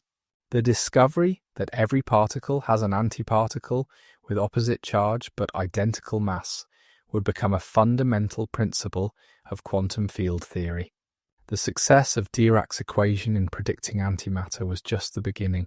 Physicists soon realized that the proper framework for combining quantum mechanics with special relativity required treating particles and fields on equal footing. Instead of thinking of particles as fundamental entities moving through space, quantum field theory describes everything in terms of fields that permeate all of space-time. Particles are excitations or vibrations in these fields, like waves on an ocean that fills the universe. In this picture, an electron isn't a tiny sphere moving through space, but rather a quantized excitation of the electron field. A photon is an excitation of the electromagnetic field. Every type of particle corresponds to its own field, and these fields exist everywhere, even in apparently empty space. The vacuum isn't empty, but seething with quantum fluctuations, as these fields oscillate around their lowest energy states. The development of quantum field theory was fraught with difficulties. When physicists tried to calculate simple processes, like an electron scattering off another electron, they often got infinite answers. These infinities arose because virtual particles that exist for such brief times that they can violate energy conservation thanks to the uncertainty principle, contribute to every interaction. An electron constantly emits and reabsorbs virtual photons, creating a cloud of virtual particles around itself. The solution to these infinities came through a procedure called renormalization, developed in the late 1940s by Richard Feynman, Julian Schwinger, Shinichiro Tominaga, and Freeman Dyson. The basic idea was that the infinities could be absorbed into redefinitions of physical parameters like mass and charge. The bare mass and charge of an electron before it dresses itself in virtual particles might be infinite, but the measured mass and charge, including all the virtual particle effects, are finite and well-defined. Feynman introduced a pictorial way of calculating quantum field theory processes using what are now called Feynman diagrams. These diagrams represent particle interactions as vertices where lines meet. with each line representing a particle and each vertex representing an interaction. By drawing all possible diagrams for a process and calculating the contribution from each, physicists could predict experimental results with extraordinary precision. Quantum electrodynamics, or QED, the quantum field theory of electromagnetic interactions, became the most precisely tested theory in all of science. The magnetic moment of the electron, calculated using QED, agrees with experiment to better than 1 part in a trillion. This extraordinary agreement between theory and experiment represents one of the greatest triumphs of human intellect, showing that we truly understand how electrons and photons interact at the most fundamental level. The success of QED inspired physicists to develop quantum field theories for the other fundamental forces. The weak nuclear force, responsible for radioactive decay and the fusion processes that power the sun, proved more challenging. Unlike electromagnetism, which has infinite range, the weak force only acts over distances smaller than an atomic nucleus. This suggested that the particles mediating the weak force must be massive, unlike the massless photon. In the 1960s, Sheldon Glashow, Abdus Salam, and Steven Weinberg independently developed a unified theory of electromagnetic and weak interactions, electroweak theory. Their theory predicted the existence of 3 massive particles, the W+, W-, and Z bosons, that mediate the weak force. But there was a problem. The theory only worked if these particles were massless, yet they clearly had to be massive to explain the short range of the weak force. The solution came from the Higgs mechanism proposed by several physicists, including Peter Higgs in 1964. The idea was that empty space is filled with a field, the Higgs field, that has a non-zero value even in its lowest energy state. Particles acquire mass by interacting with this field, like moving through molasses. The stronger a particle interacts with the Higgs field, the more massive it becomes.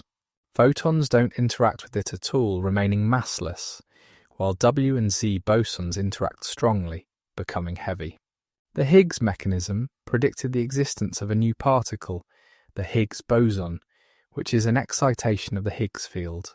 Finding this particle became one of the primary goals of particle physics, culminating in its discovery at the Large Hadron Collider in 2012, nearly 50 years after it was predicted. The discovery confirmed that the Higgs mechanism is indeed how particles acquire mass, completing our understanding of electroweak interactions. The strong nuclear force, which binds quarks together to form protons and neutrons, required yet another quantum field theory, quantum chromodynamics, or QCD.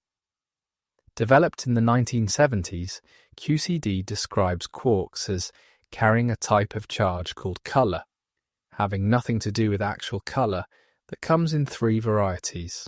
The force between quarks is mediated by gluons, which themselves carry color charge, unlike photons which don't carry electric charge. QCD has a remarkable property called asymptotic freedom, discovered by David Gross, Frank Wilczek, and David Politzer. At very short distances or high energies, quarks interact weakly and behave almost like free particles. But as quarks try to separate, the force between them grows stronger. This explains why quarks are never found in isolation. They're always confined within composite particles like protons and neutrons. The combination of QED, electroweak theory, and QCD forms what we call the standard model of particle physics. This theoretical framework describes all known fundamental particles and their interactions except gravity. It organizes particles into 2 main categories: fermions, which make up matter, and bosons, which mediate forces. The fermions include 6 types of quarks: up, down, charm, strange, top and bottom, and 6 types of leptons: electron, muon, tau, and their associated neutrinos. These particles come in 3 generations, each heavier than the last. Why there are exactly 3 generations remains a mystery. The bosons include the photon for electromagnetism, W and Z bosons for the weak force, gluons for the strong force, and the Higgs boson for giving particles mass. The Standard Model has been extraordinarily successful, predicting the existence of particles before they were discovered and explaining a vast range of phenomena from the stability of atoms to the processes in stellar cores. Every experimental test has confirmed its predictions, sometimes to incredible precision. Yet physicists know it can't be the final theory. The Standard Model has several significant limitations. It doesn't include gravity, which resists quantization using standard field theory techniques.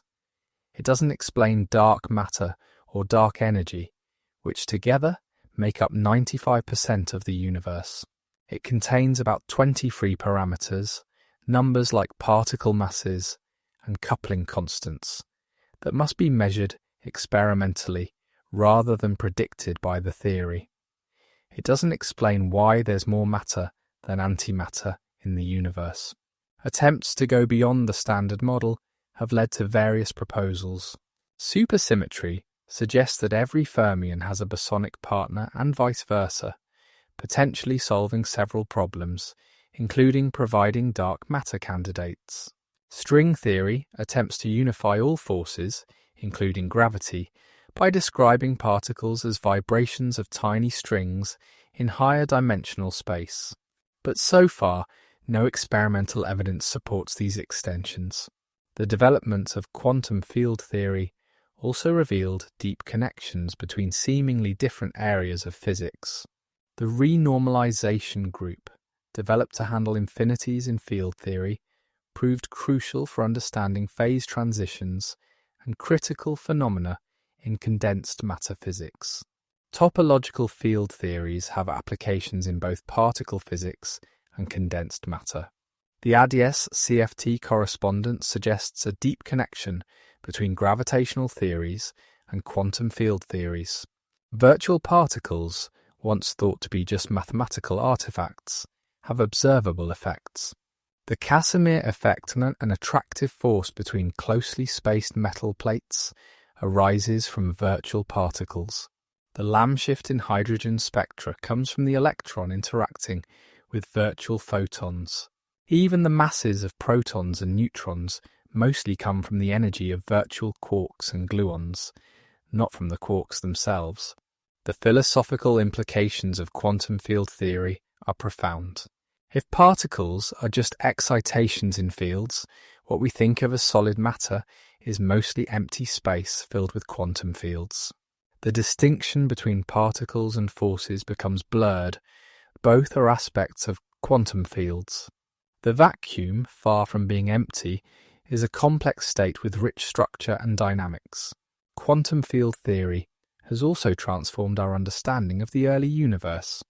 In the extreme conditions just after the Big Bang, the distinctions between different forces disappeared.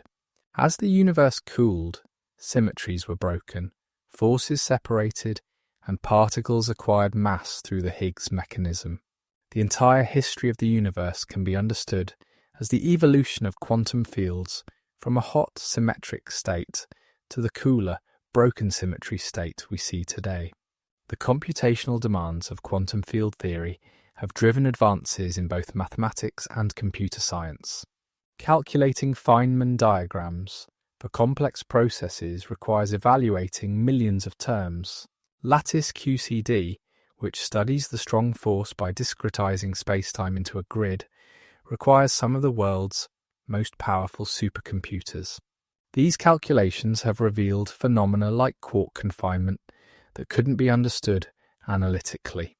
The transition of quantum mechanics from an abstract theory to practical technology represents one of the most remarkable achievements in human history. What began as attempts to understand the mysterious behavior of atoms has given birth to technologies that define modern civilization. From the computer or phone you might be using to read these words to the GPS satellites orbiting overhead, quantum mechanics isn't just a theory studied in universities. It's the foundation of the technological world we inhabit. The transistor, invented at Bell Labs in 1947 by John Bardeen, Walter Brattain, and William Shockley, stands as perhaps the most transformative quantum technology ever created. At its heart, a transistor is a quantum device that exploits the behavior of electrons in semiconductor materials. Semiconductors like silicon have a special property. Their electrical conductivity can be precisely controlled by adding small amounts of impurities, a process called doping. Understanding semiconductors requires quantum mechanics. In a solid, electrons don't have continuous energies but exist in bands separated by gaps where no electron states exist. In conductors, these bands overlap, allowing electrons to flow freely. In insulators, a large gap separates filled and empty bands. Semiconductors have a small gap that electrons can cross when given enough energy, either thermally or through applied voltage. By creating junctions between differently doped semiconductors, engineers could control the flow of electrons with extraordinary precision. A transistor acts like a valve for electrical current. A small signal at one terminal controls a larger current flowing between two other terminals. This ability to amplify and switch electrical signals became the foundation of all modern electronics. The impact of transistors on society cannot be overstated. The first commercial transistor radio in 1954 freed music from the living room, making it portable. The integrated circuit, developed independently by Jack Kilby and Robert Noyce in 1958 and 59, put multiple transistors on a single chip of semiconductor material. This led to an exponential increase in computing power described by Moore's law. The observation that the number of transistors on a chip doubles approximately every 2 years. Today's computer processors contain billions of transistors, each just a few nanometers across. At these scales, quantum effects become dominant. Quantum tunneling, once just a theoretical curiosity, now determines how small transistors can be made. Engineers must carefully design around quantum effects that were negligible in larger devices. The entire field of nanoelectronics is essentially applied quantum mechanics. The laser, another quantum technology that has transformed our world, emerged from Einstein's 1917 paper on stimulated emission. Einstein showed that an excited atom could be triggered to emit a photon, identical to an incoming photon. Same frequency, same phase, same direction. This process could create a cascade of identical photons, producing intense coherent light. Building an actual laser required several breakthroughs. Charles Townes and Arthur Schawlow developed the theoretical framework in the 1950s.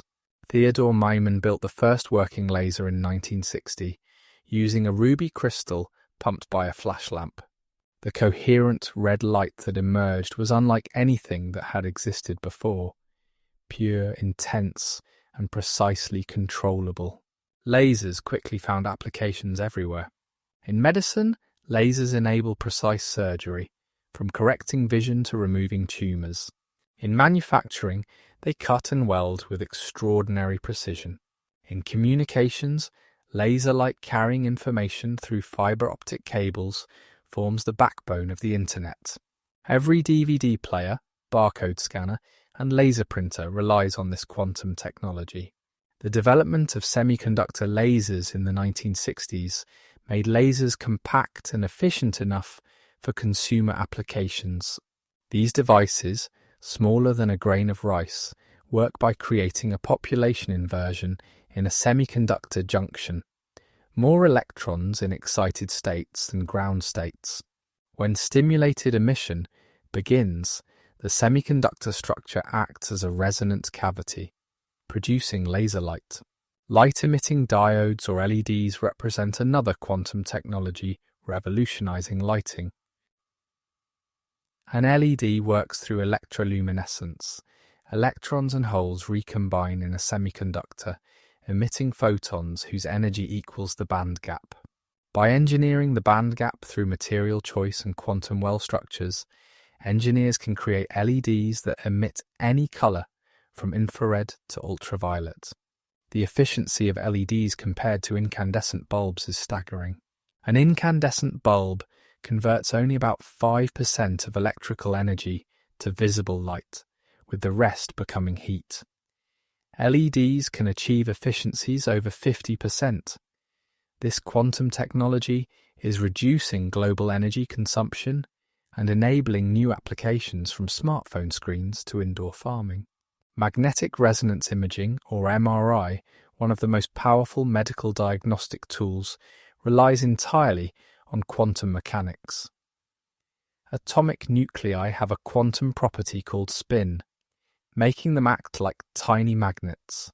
In a strong magnetic field, these nuclear spins align, but they can be flipped by radio waves at just the right frequency, the resonance frequency.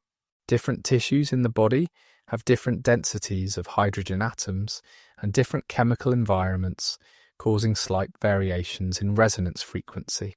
By applying carefully designed sequences of magnetic field gradients and radio pulses, MRI machines can map the distribution of hydrogen atoms throughout the body, creating detailed three-dimensional images of soft tissues that X-rays can't distinguish. The development of functional MRI in the 1990s extended this technology to observe brain activity in real time.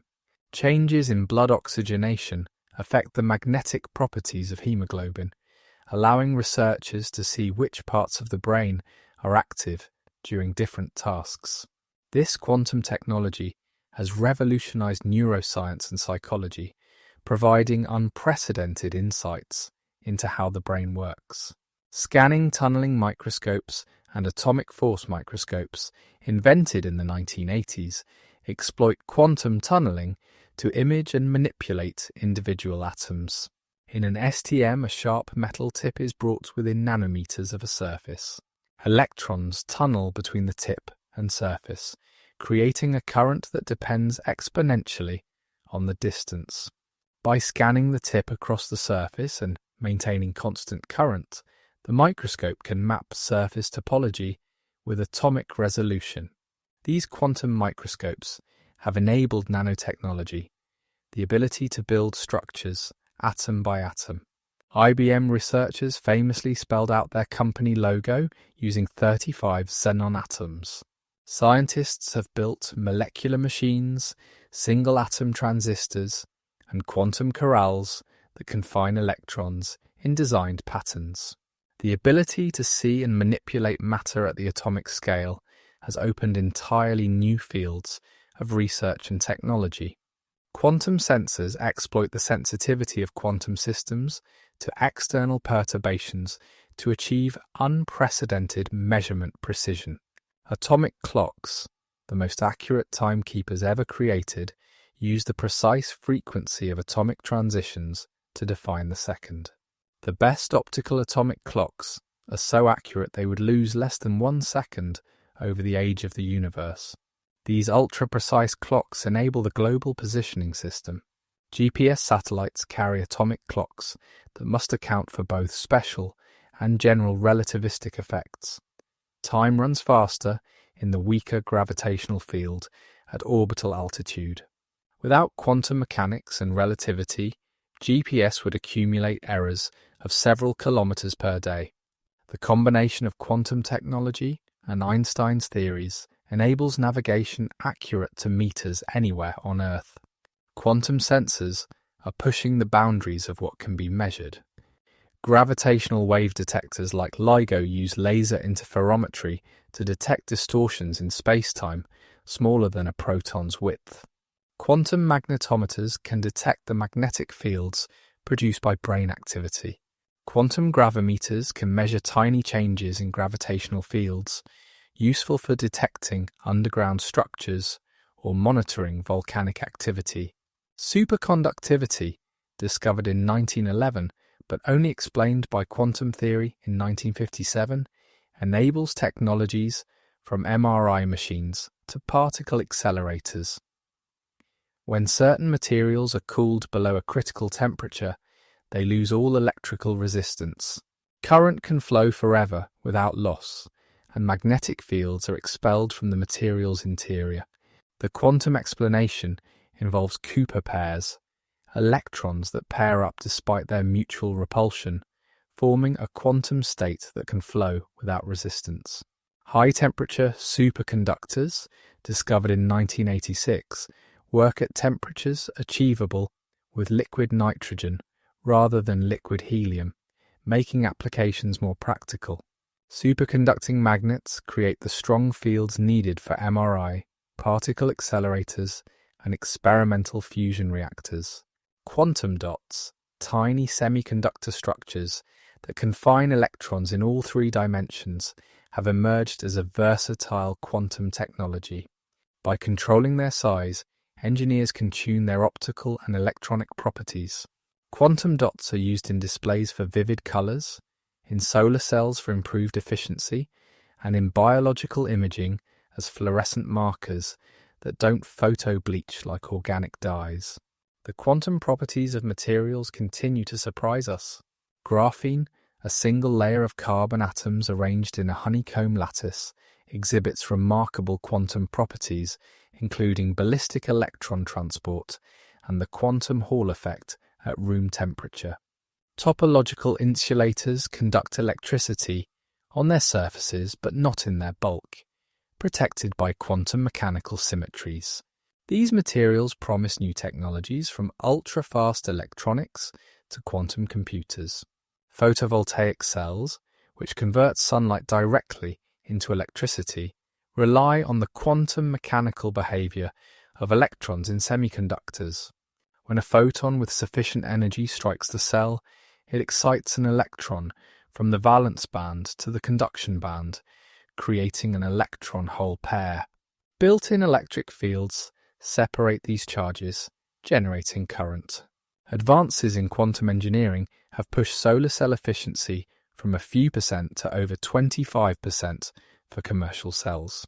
Nuclear magnetic resonance spectroscopy, the scientific predecessor to MRI, has become an indispensable tool in chemistry and biochemistry.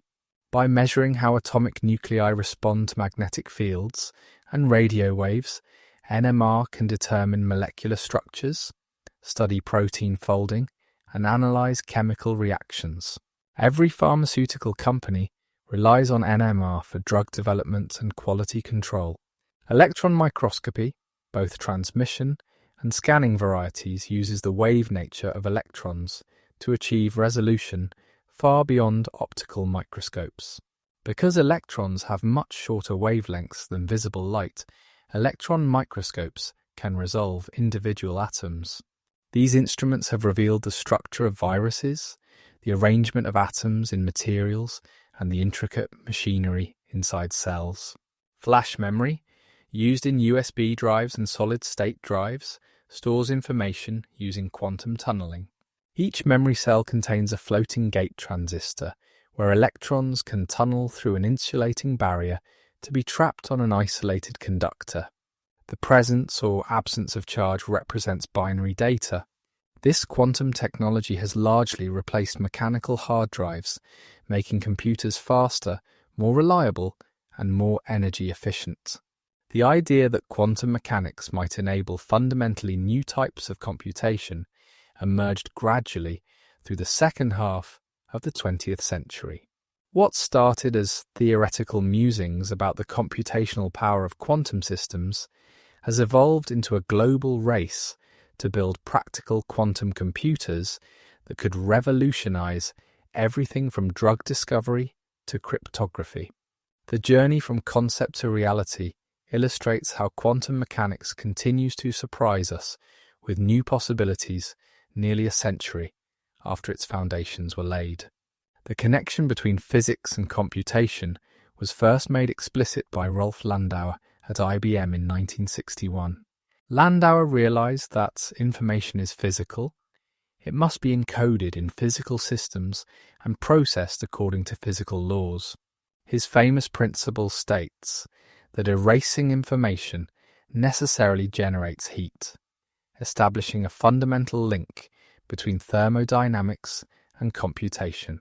This insight suggested that the physical nature of information processing devices determines their ultimate capabilities. In the early 1980s, Richard Feynman posed a provocative question: can classical computers efficiently simulate quantum systems? He argued that the answer was no. The computational resources required grow exponentially with the number of quantum particles.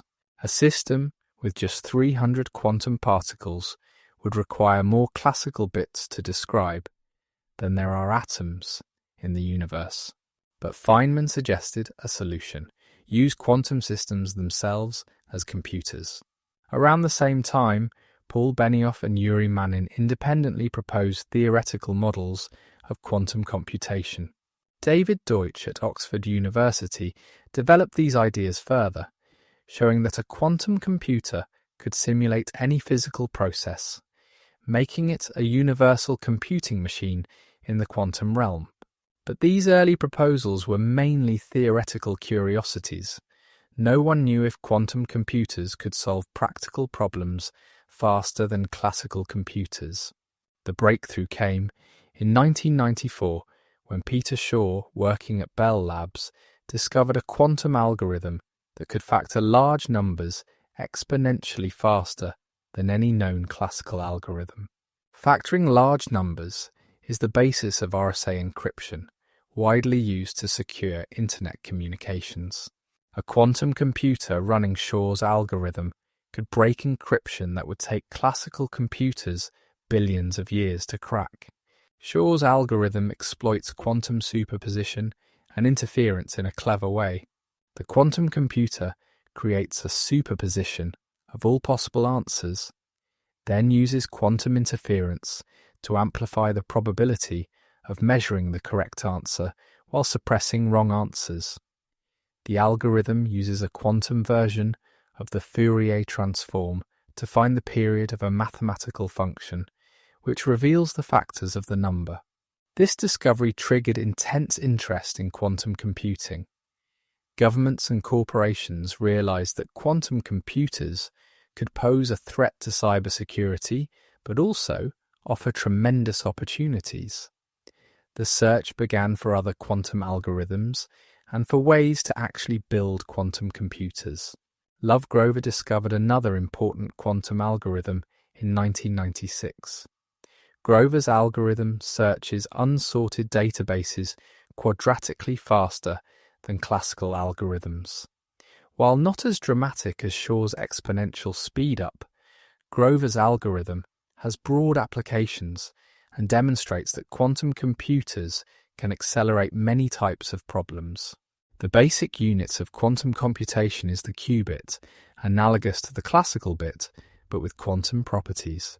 While a classical bit is either 0 or 1, a qubit can exist in a superposition of both states simultaneously. When you measure a qubit, it collapses to either 0 or 1 with probabilities determined by its quantum state. But before measurement, it exists in a combination of both possibilities. Multiple qubits can be entangled, creating quantum states that have no classical analog. 2 entangled qubits can represent all 4 possible 2-bit states simultaneously. 3 qubits can represent 8 states, and so on. With just 300 qubits, a quantum computer could represent more states simultaneously than there are atoms in the universe. This exponential scaling is the source of quantum computing's power, but building quantum computers faces enormous challenges. Qubits are extremely fragile. Any interaction with the environment can cause decoherence, destroying the quantum superposition. Quantum error correction, developed in the mid-1990s, showed that reliable quantum computation is theoretically possible despite decoherence, but it requires many physical qubits to encode each logical qubit. Different physical systems have been proposed and tested as qubits. Superconducting circuits, operating at temperatures near absolute zero, use Josephson junctions to create quantum states of electrical current. Trapped ions use the internal states of atoms confined by electromagnetic fields. Quantum dots, nitrogen vacancy centers in diamond, topological qubits. Each approach has advantages and challenges. IBM, Google, and other companies have built quantum computers with dozens to hundreds of qubits. In 2019, Google claimed to achieve quantum supremacy. Their quantum computer solved a specific problem faster than any classical computer could. While the problem was artificial and designed to favor quantum computers, it marked a significant milestone. Current quantum computers are in the noisy intermediate-scale quantum, or NISQ era. They have enough qubits to be interesting, but too much noise for full error correction. Researchers are exploring what useful computations might be possible with their NISQ devices, particularly for simulating quantum systems in chemistry and materials science. Quantum algorithms for optimization problems show particular promise. Many practical problems, from routing delivery trucks to training neural networks, involve finding the best solution among many possibilities. Quantum approximate optimization algorithms might provide advantages even on near-term quantum computers. The development of quantum programming languages and software tools has made quantum computing more accessible. Languages like Qiskit, Cirq, and Qt allow programmers to write quantum algorithms without deep knowledge of quantum mechanics. Cloud access to quantum computers lets researchers worldwide experiment with these devices. Quantum communication represents another frontier of quantum information science. Quantum key distribution uses the properties of quantum states to create provably secure communication channels. Any attempt to intercept quantum encrypted messages necessarily disturbs the quantum states in a detectable way. Commercial quantum communication systems already protect sensitive data in several countries. Quantum teleportation, despite its science fiction name, is a real phenomenon that has been demonstrated experimentally. It uses entanglement to transfer quantum states between distant locations without physically transmitting the quantum system itself. While it can't transport matter or energy faster than light, it enables new protocols for quantum communication and computation. The concept of quantum supremacy has evolved into quantum advantage, demonstrating that quantum computers can solve useful problems faster than classical computers. This is harder than quantum supremacy because the problems must have practical value, not just be artificially constructed to favor quantum computation. Quantum machine learning explores how quantum computers might accelerate artificial intelligence. Quantum algorithms could potentially speed up training of neural networks, perform faster database searches, or find patterns in data that classical algorithms miss. However, the advantages remain largely theoretical, awaiting larger quantum computers to test these ideas. The implications of quantum computing extend beyond technology to fundamental science. Quantum computers could simulate complex quantum systems, helping design new materials, drugs, and catalysts.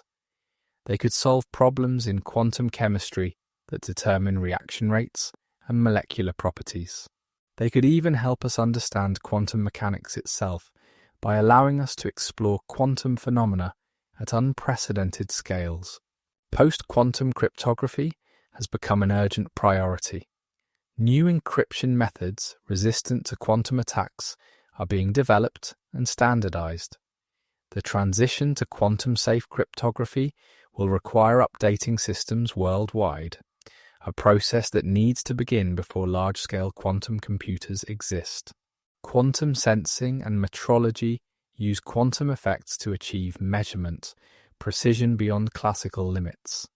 Quantum sensors could detect dark matter, measure gravitational waves more sensitively, or image biological processes at the molecular level. The same quantum properties that make qubits fragile also make them exquisitely sensitive to external influences. The quantum internet, a network of quantum computers connected by quantum communication channels, represents a long-term vision. Such a network could enable distributed quantum computing, ultra-secure communications, and new applications we haven't yet imagined. Early quantum networks are already being built, connecting quantum devices across cities and even between satellites and ground stations. Topological quantum computing represents a radically different approach that could overcome many current challenges.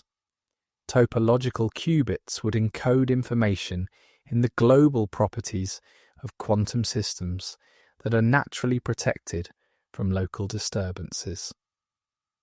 While still largely theoretical, this approach could lead to much more stable quantum computers.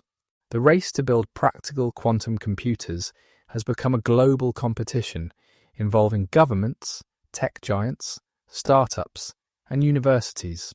Billions of dollars are being invested in quantum research and development. Countries view quantum technology as critical to economic and national security, similar to how they viewed nuclear technology in the 20th century. As we stand at the threshold of what many call the second quantum revolution, the story of quantum physics continues to unfold in ways that would have astonished even its founders.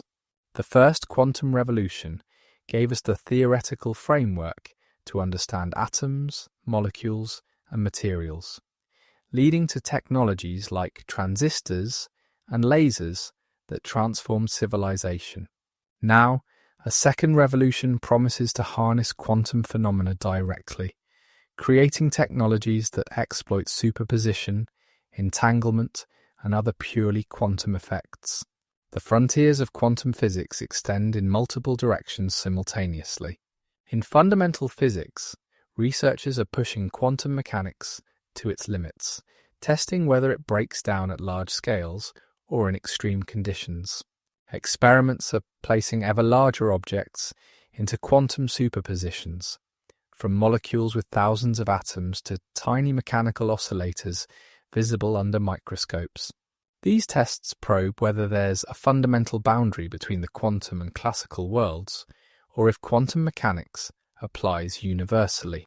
The quest to unify quantum mechanics with general relativity remains one of the greatest challenges in physics.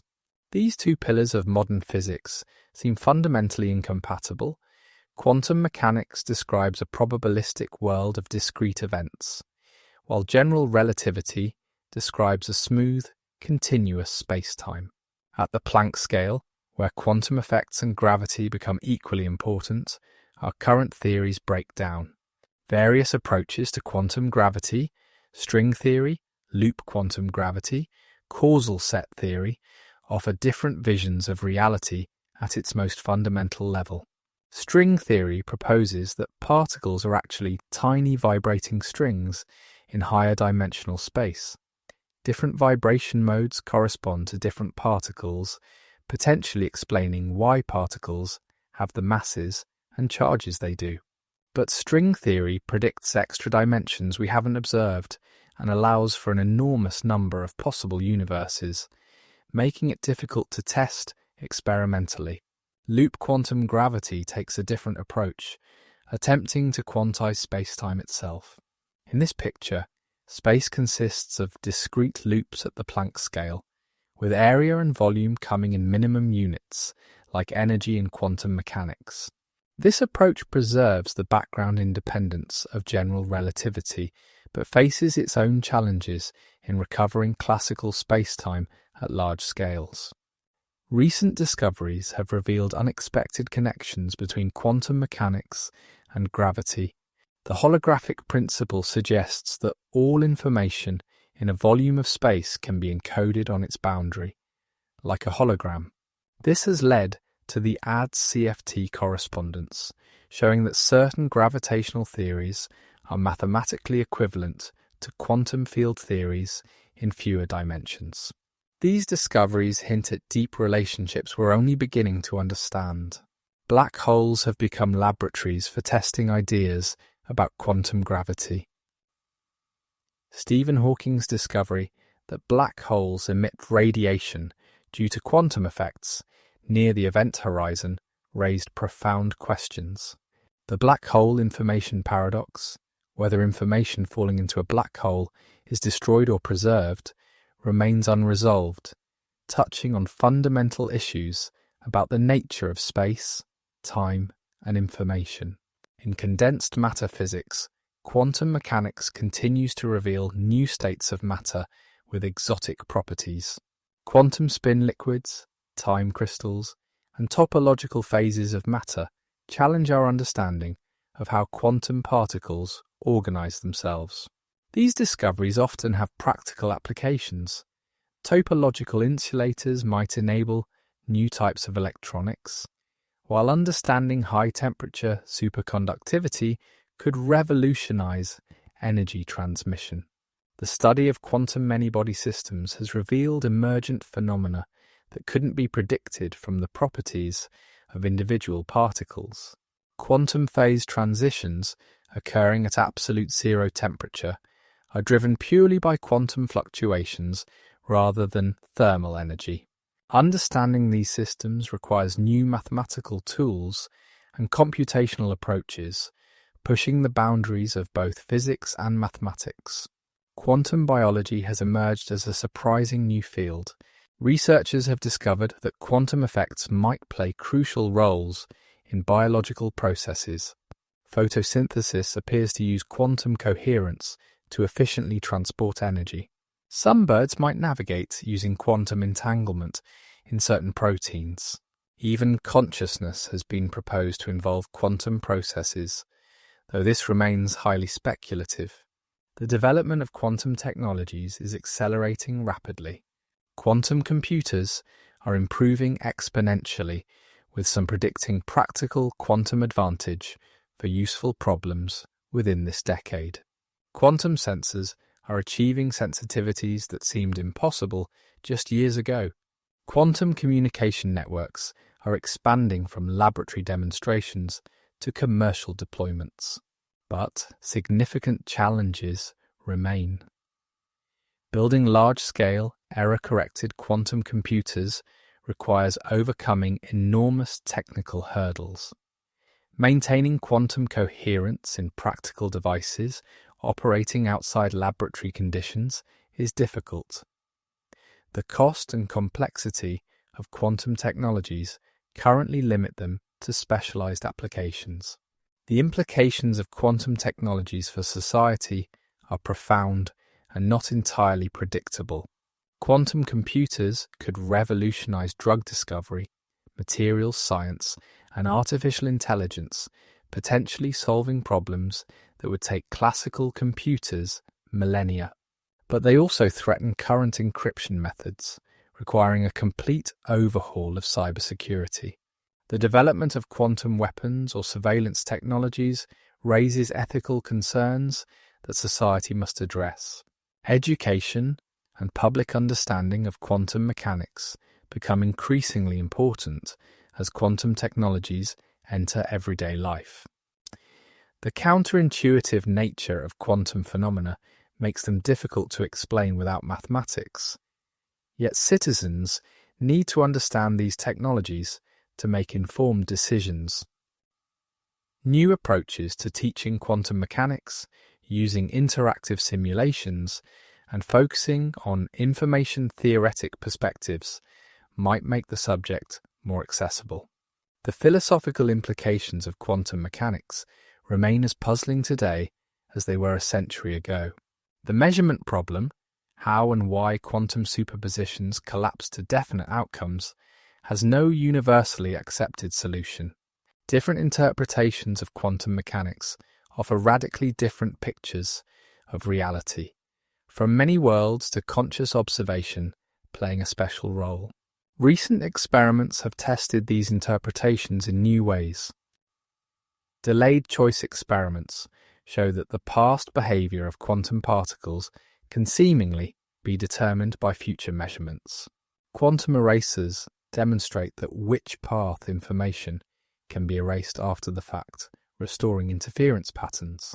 These experiments don't resolve the interpretational debates, but reveal just how strange quantum reality truly is. The role of information in physics has become increasingly central. Some physicists argue that information, not matter or energy, is the fundamental constituent of reality. Quantum information theory has revealed that information processing has fundamental physical limits, and that quantum information has properties classical information lacks. The universe itself might be a vast quantum information processor, computing its own evolution.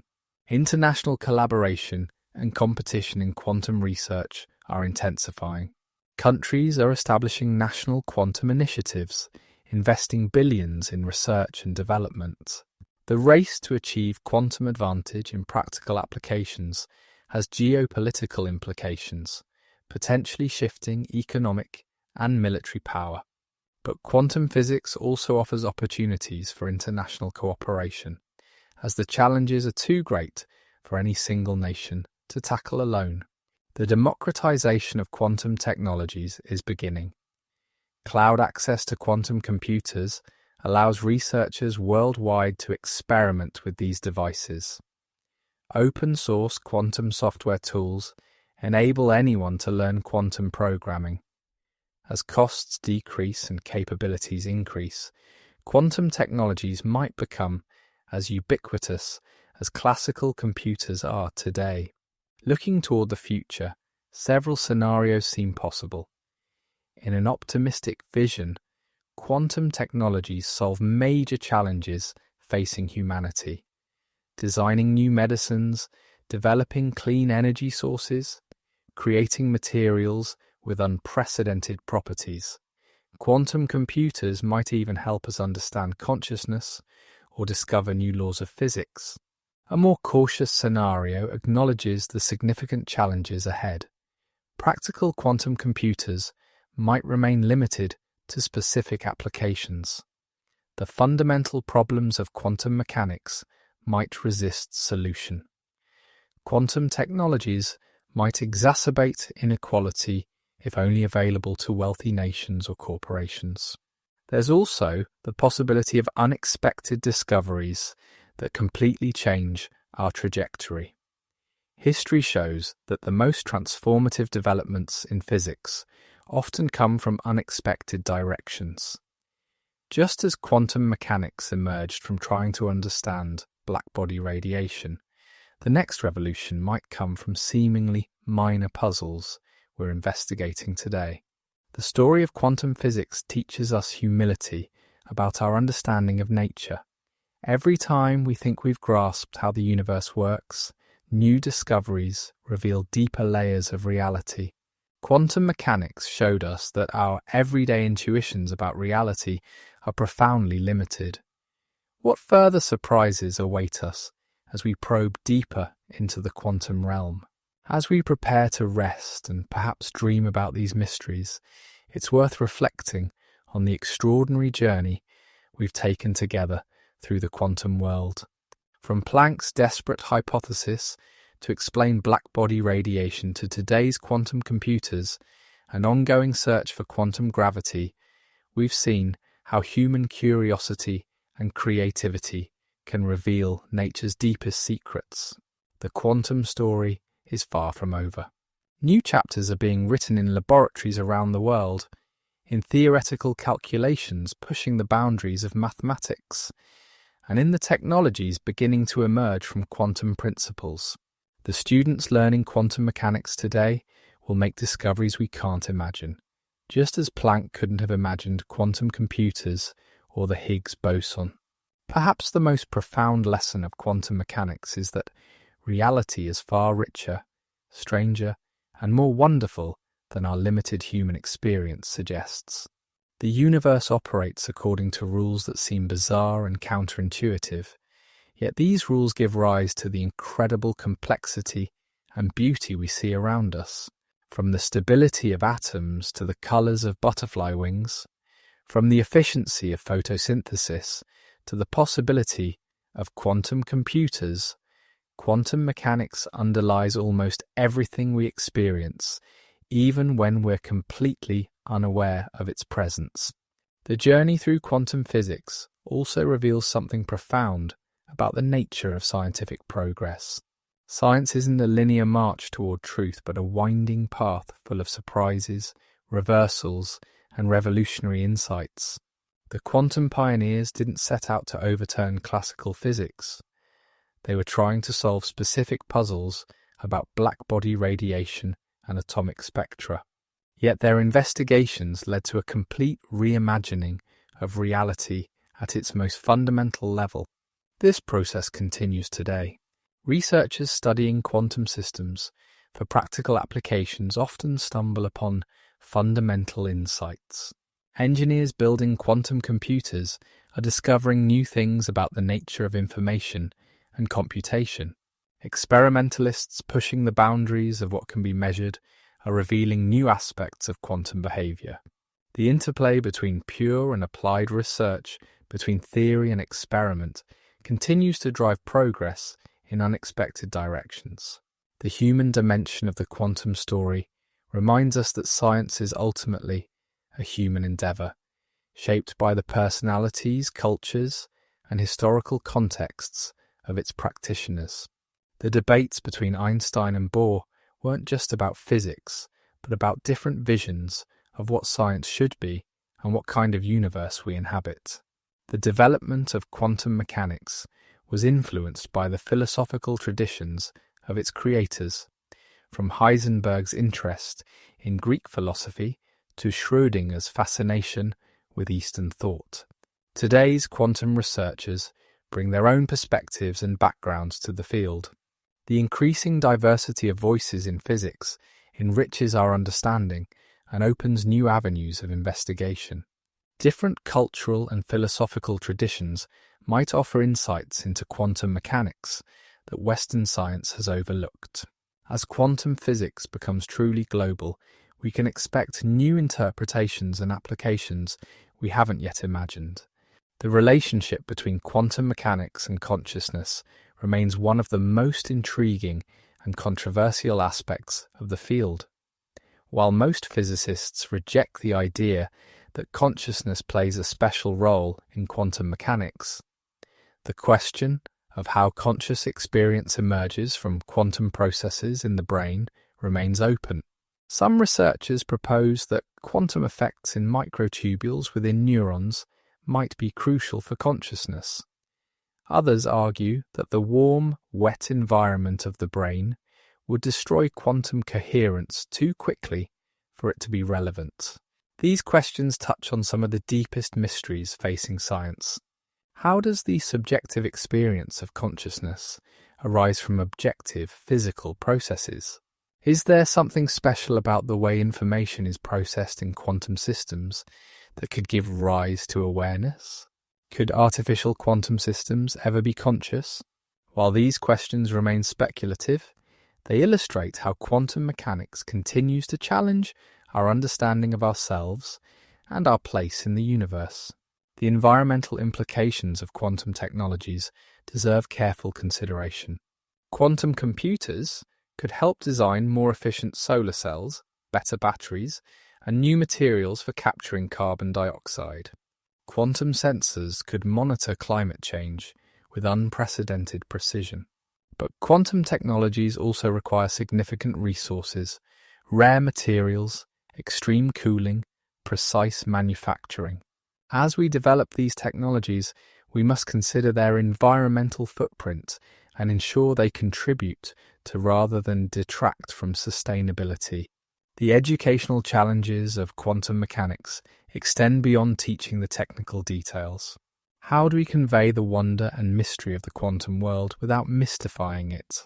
How do we prepare students for careers in quantum technology while also helping them understand the broader implications? How do we ensure that quantum literacy doesn't become another divide between those with technical education and those without. New approaches to quantum education are emerging. Visual representations and simulations help students develop intuition about quantum behavior. Quantum games and puzzles make learning interactive and engaging. Teaching quantum mechanics through information theory rather than wave mechanics might be more intuitive for students raised in the digital age. As quantum technologies become more prevalent, quantum literacy might become as important as computer literacy is today. The cultural impact of quantum mechanics extends far beyond science and technology. Quantum concepts have influenced art, literature, philosophy, and even spirituality. While these cultural appropriations sometimes misunderstand or misuse quantum concepts, they reflect a genuine fascination with what quantum mechanics reveals about reality. The challenge is to maintain scientific accuracy while acknowledging the broader cultural significance of quantum discoveries. Looking ahead, several key questions will likely shape the future of quantum physics. Will we find a theory of quantum gravity that unifies our understanding of the universe?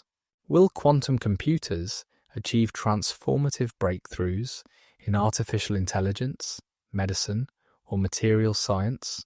Will we discover new quantum phenomena that require revising our current theories? Will we finally resolve the interpretational puzzles that have plagued quantum mechanics since its inception? The answers to these questions will emerge from the work of thousands of researchers around the world, each contributing pieces to the vast puzzle of quantum reality. Some will make breakthrough discoveries that win Nobel Prizes. Others will perform careful experiments that incrementally advance our understanding. Still others will teach and inspire the next generation of quantum physicists. All are part of the continuing story of humanity's quest to understand the universe. The practical impact of quantum physics on daily life will likely increase dramatically in the coming decades. Quantum sensors might monitor our health with molecular precision. Quantum computers might design personalized medicines or optimize traffic flow in smart cities. Quantum communication might protect our privacy in an increasingly connected world. The quantum technologies we can't yet imagine might transform society in ways as profound as the transistor and laser did in the 20th century. But beyond the practical applications, quantum mechanics offers something perhaps even more valuable, a sense of wonder at the universe we inhabit. Every time we use a computer, see a laser scan, a barcode, or undergo an MRI scan, we're witnessing the practical magic of quantum mechanics. The fact that we've learned to understand and harness phenomena so alien to our everyday experience represents one of humanity's greatest intellectual achievements. The story of quantum mechanics also offers hope for addressing other seemingly impossible challenges.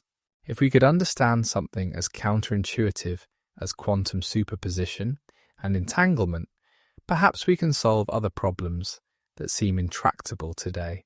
The quantum revolution shows that persistent investigation of puzzling phenomena, combined with creative thinking and mathematical rigor, can reveal hidden truths about nature. As our exploration of quantum physics draws to a close, it's worth remembering that we've only scratched the surface of this vast subject. Each topic we've discussed could fill volumes on its own. The mathematics we've largely avoided contains beauty and insights that words alone cannot convey. The experiments we've described briefly represent years of painstaking work by dedicated scientists. The technologies we've mentioned are the result of decades of engineering effort.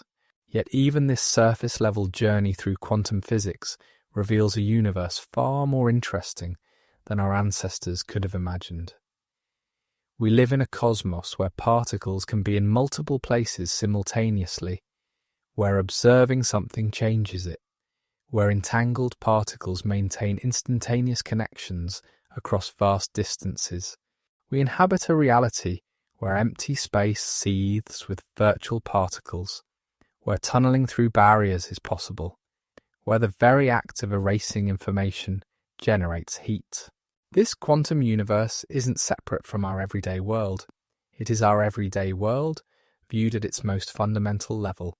The solidity of matter, the flow of time, the separateness of objects, these are all emergent properties arising from quantum processes occurring at scales too small for us to perceive directly. We are quantum beings living in a quantum universe, even if we rarely notice it. The future chapters of the quantum story will be written by those who are perhaps listening to these words as they drift off to sleep, their minds processing these strange ideas as they transition into dreams. Some of you might be inspired to study quantum physics more deeply, to contribute to our understanding, or to develop new quantum technologies. Others might simply carry with you a deeper appreciation for the mysterious universe we inhabit. As you rest tonight, consider that the very atoms in your body, forged in the hearts of dying stars, obey quantum rules that we've only recently begun to understand. The chemical processes in your brain that generate thoughts and dreams involve quantum mechanics at the molecular level. The light from the stars that might be shining through your window travelled across space as both waves and particles, carrying quantum information across cosmic distances. In this quiet moment, as consciousness fades into sleep, we experience one of the deepest mysteries that quantum mechanics has yet to explain: the nature of awareness itself. How does the quantum dance of electrons and atoms in our brains give rise to subjective experience? How does the probabilistic quantum world generate the seemingly definite classical world of our perception? These questions remain open, waiting for future generations to explore. The story of quantum physics is ultimately a story about us, about humanity's relentless curiosity, our ability to transcend the limitations of our senses through mathematics and experimentation, our capacity to accept and work with ideas that challenge our most basic intuitions. It's a story that began with a desperate hypothesis about black-body radiation and has led us to the edge of building machines that compute with parallel universes. As sleep approaches and your mind begins to wander through the strange landscape of dreams, remember that the quantum world isn't distant or abstract. It's here now, in every atom of your being, in every photon of light, in every moment of existence. The universe is quantum mechanical through and through, and we are part of that magnificent, mysterious quantum cosmos.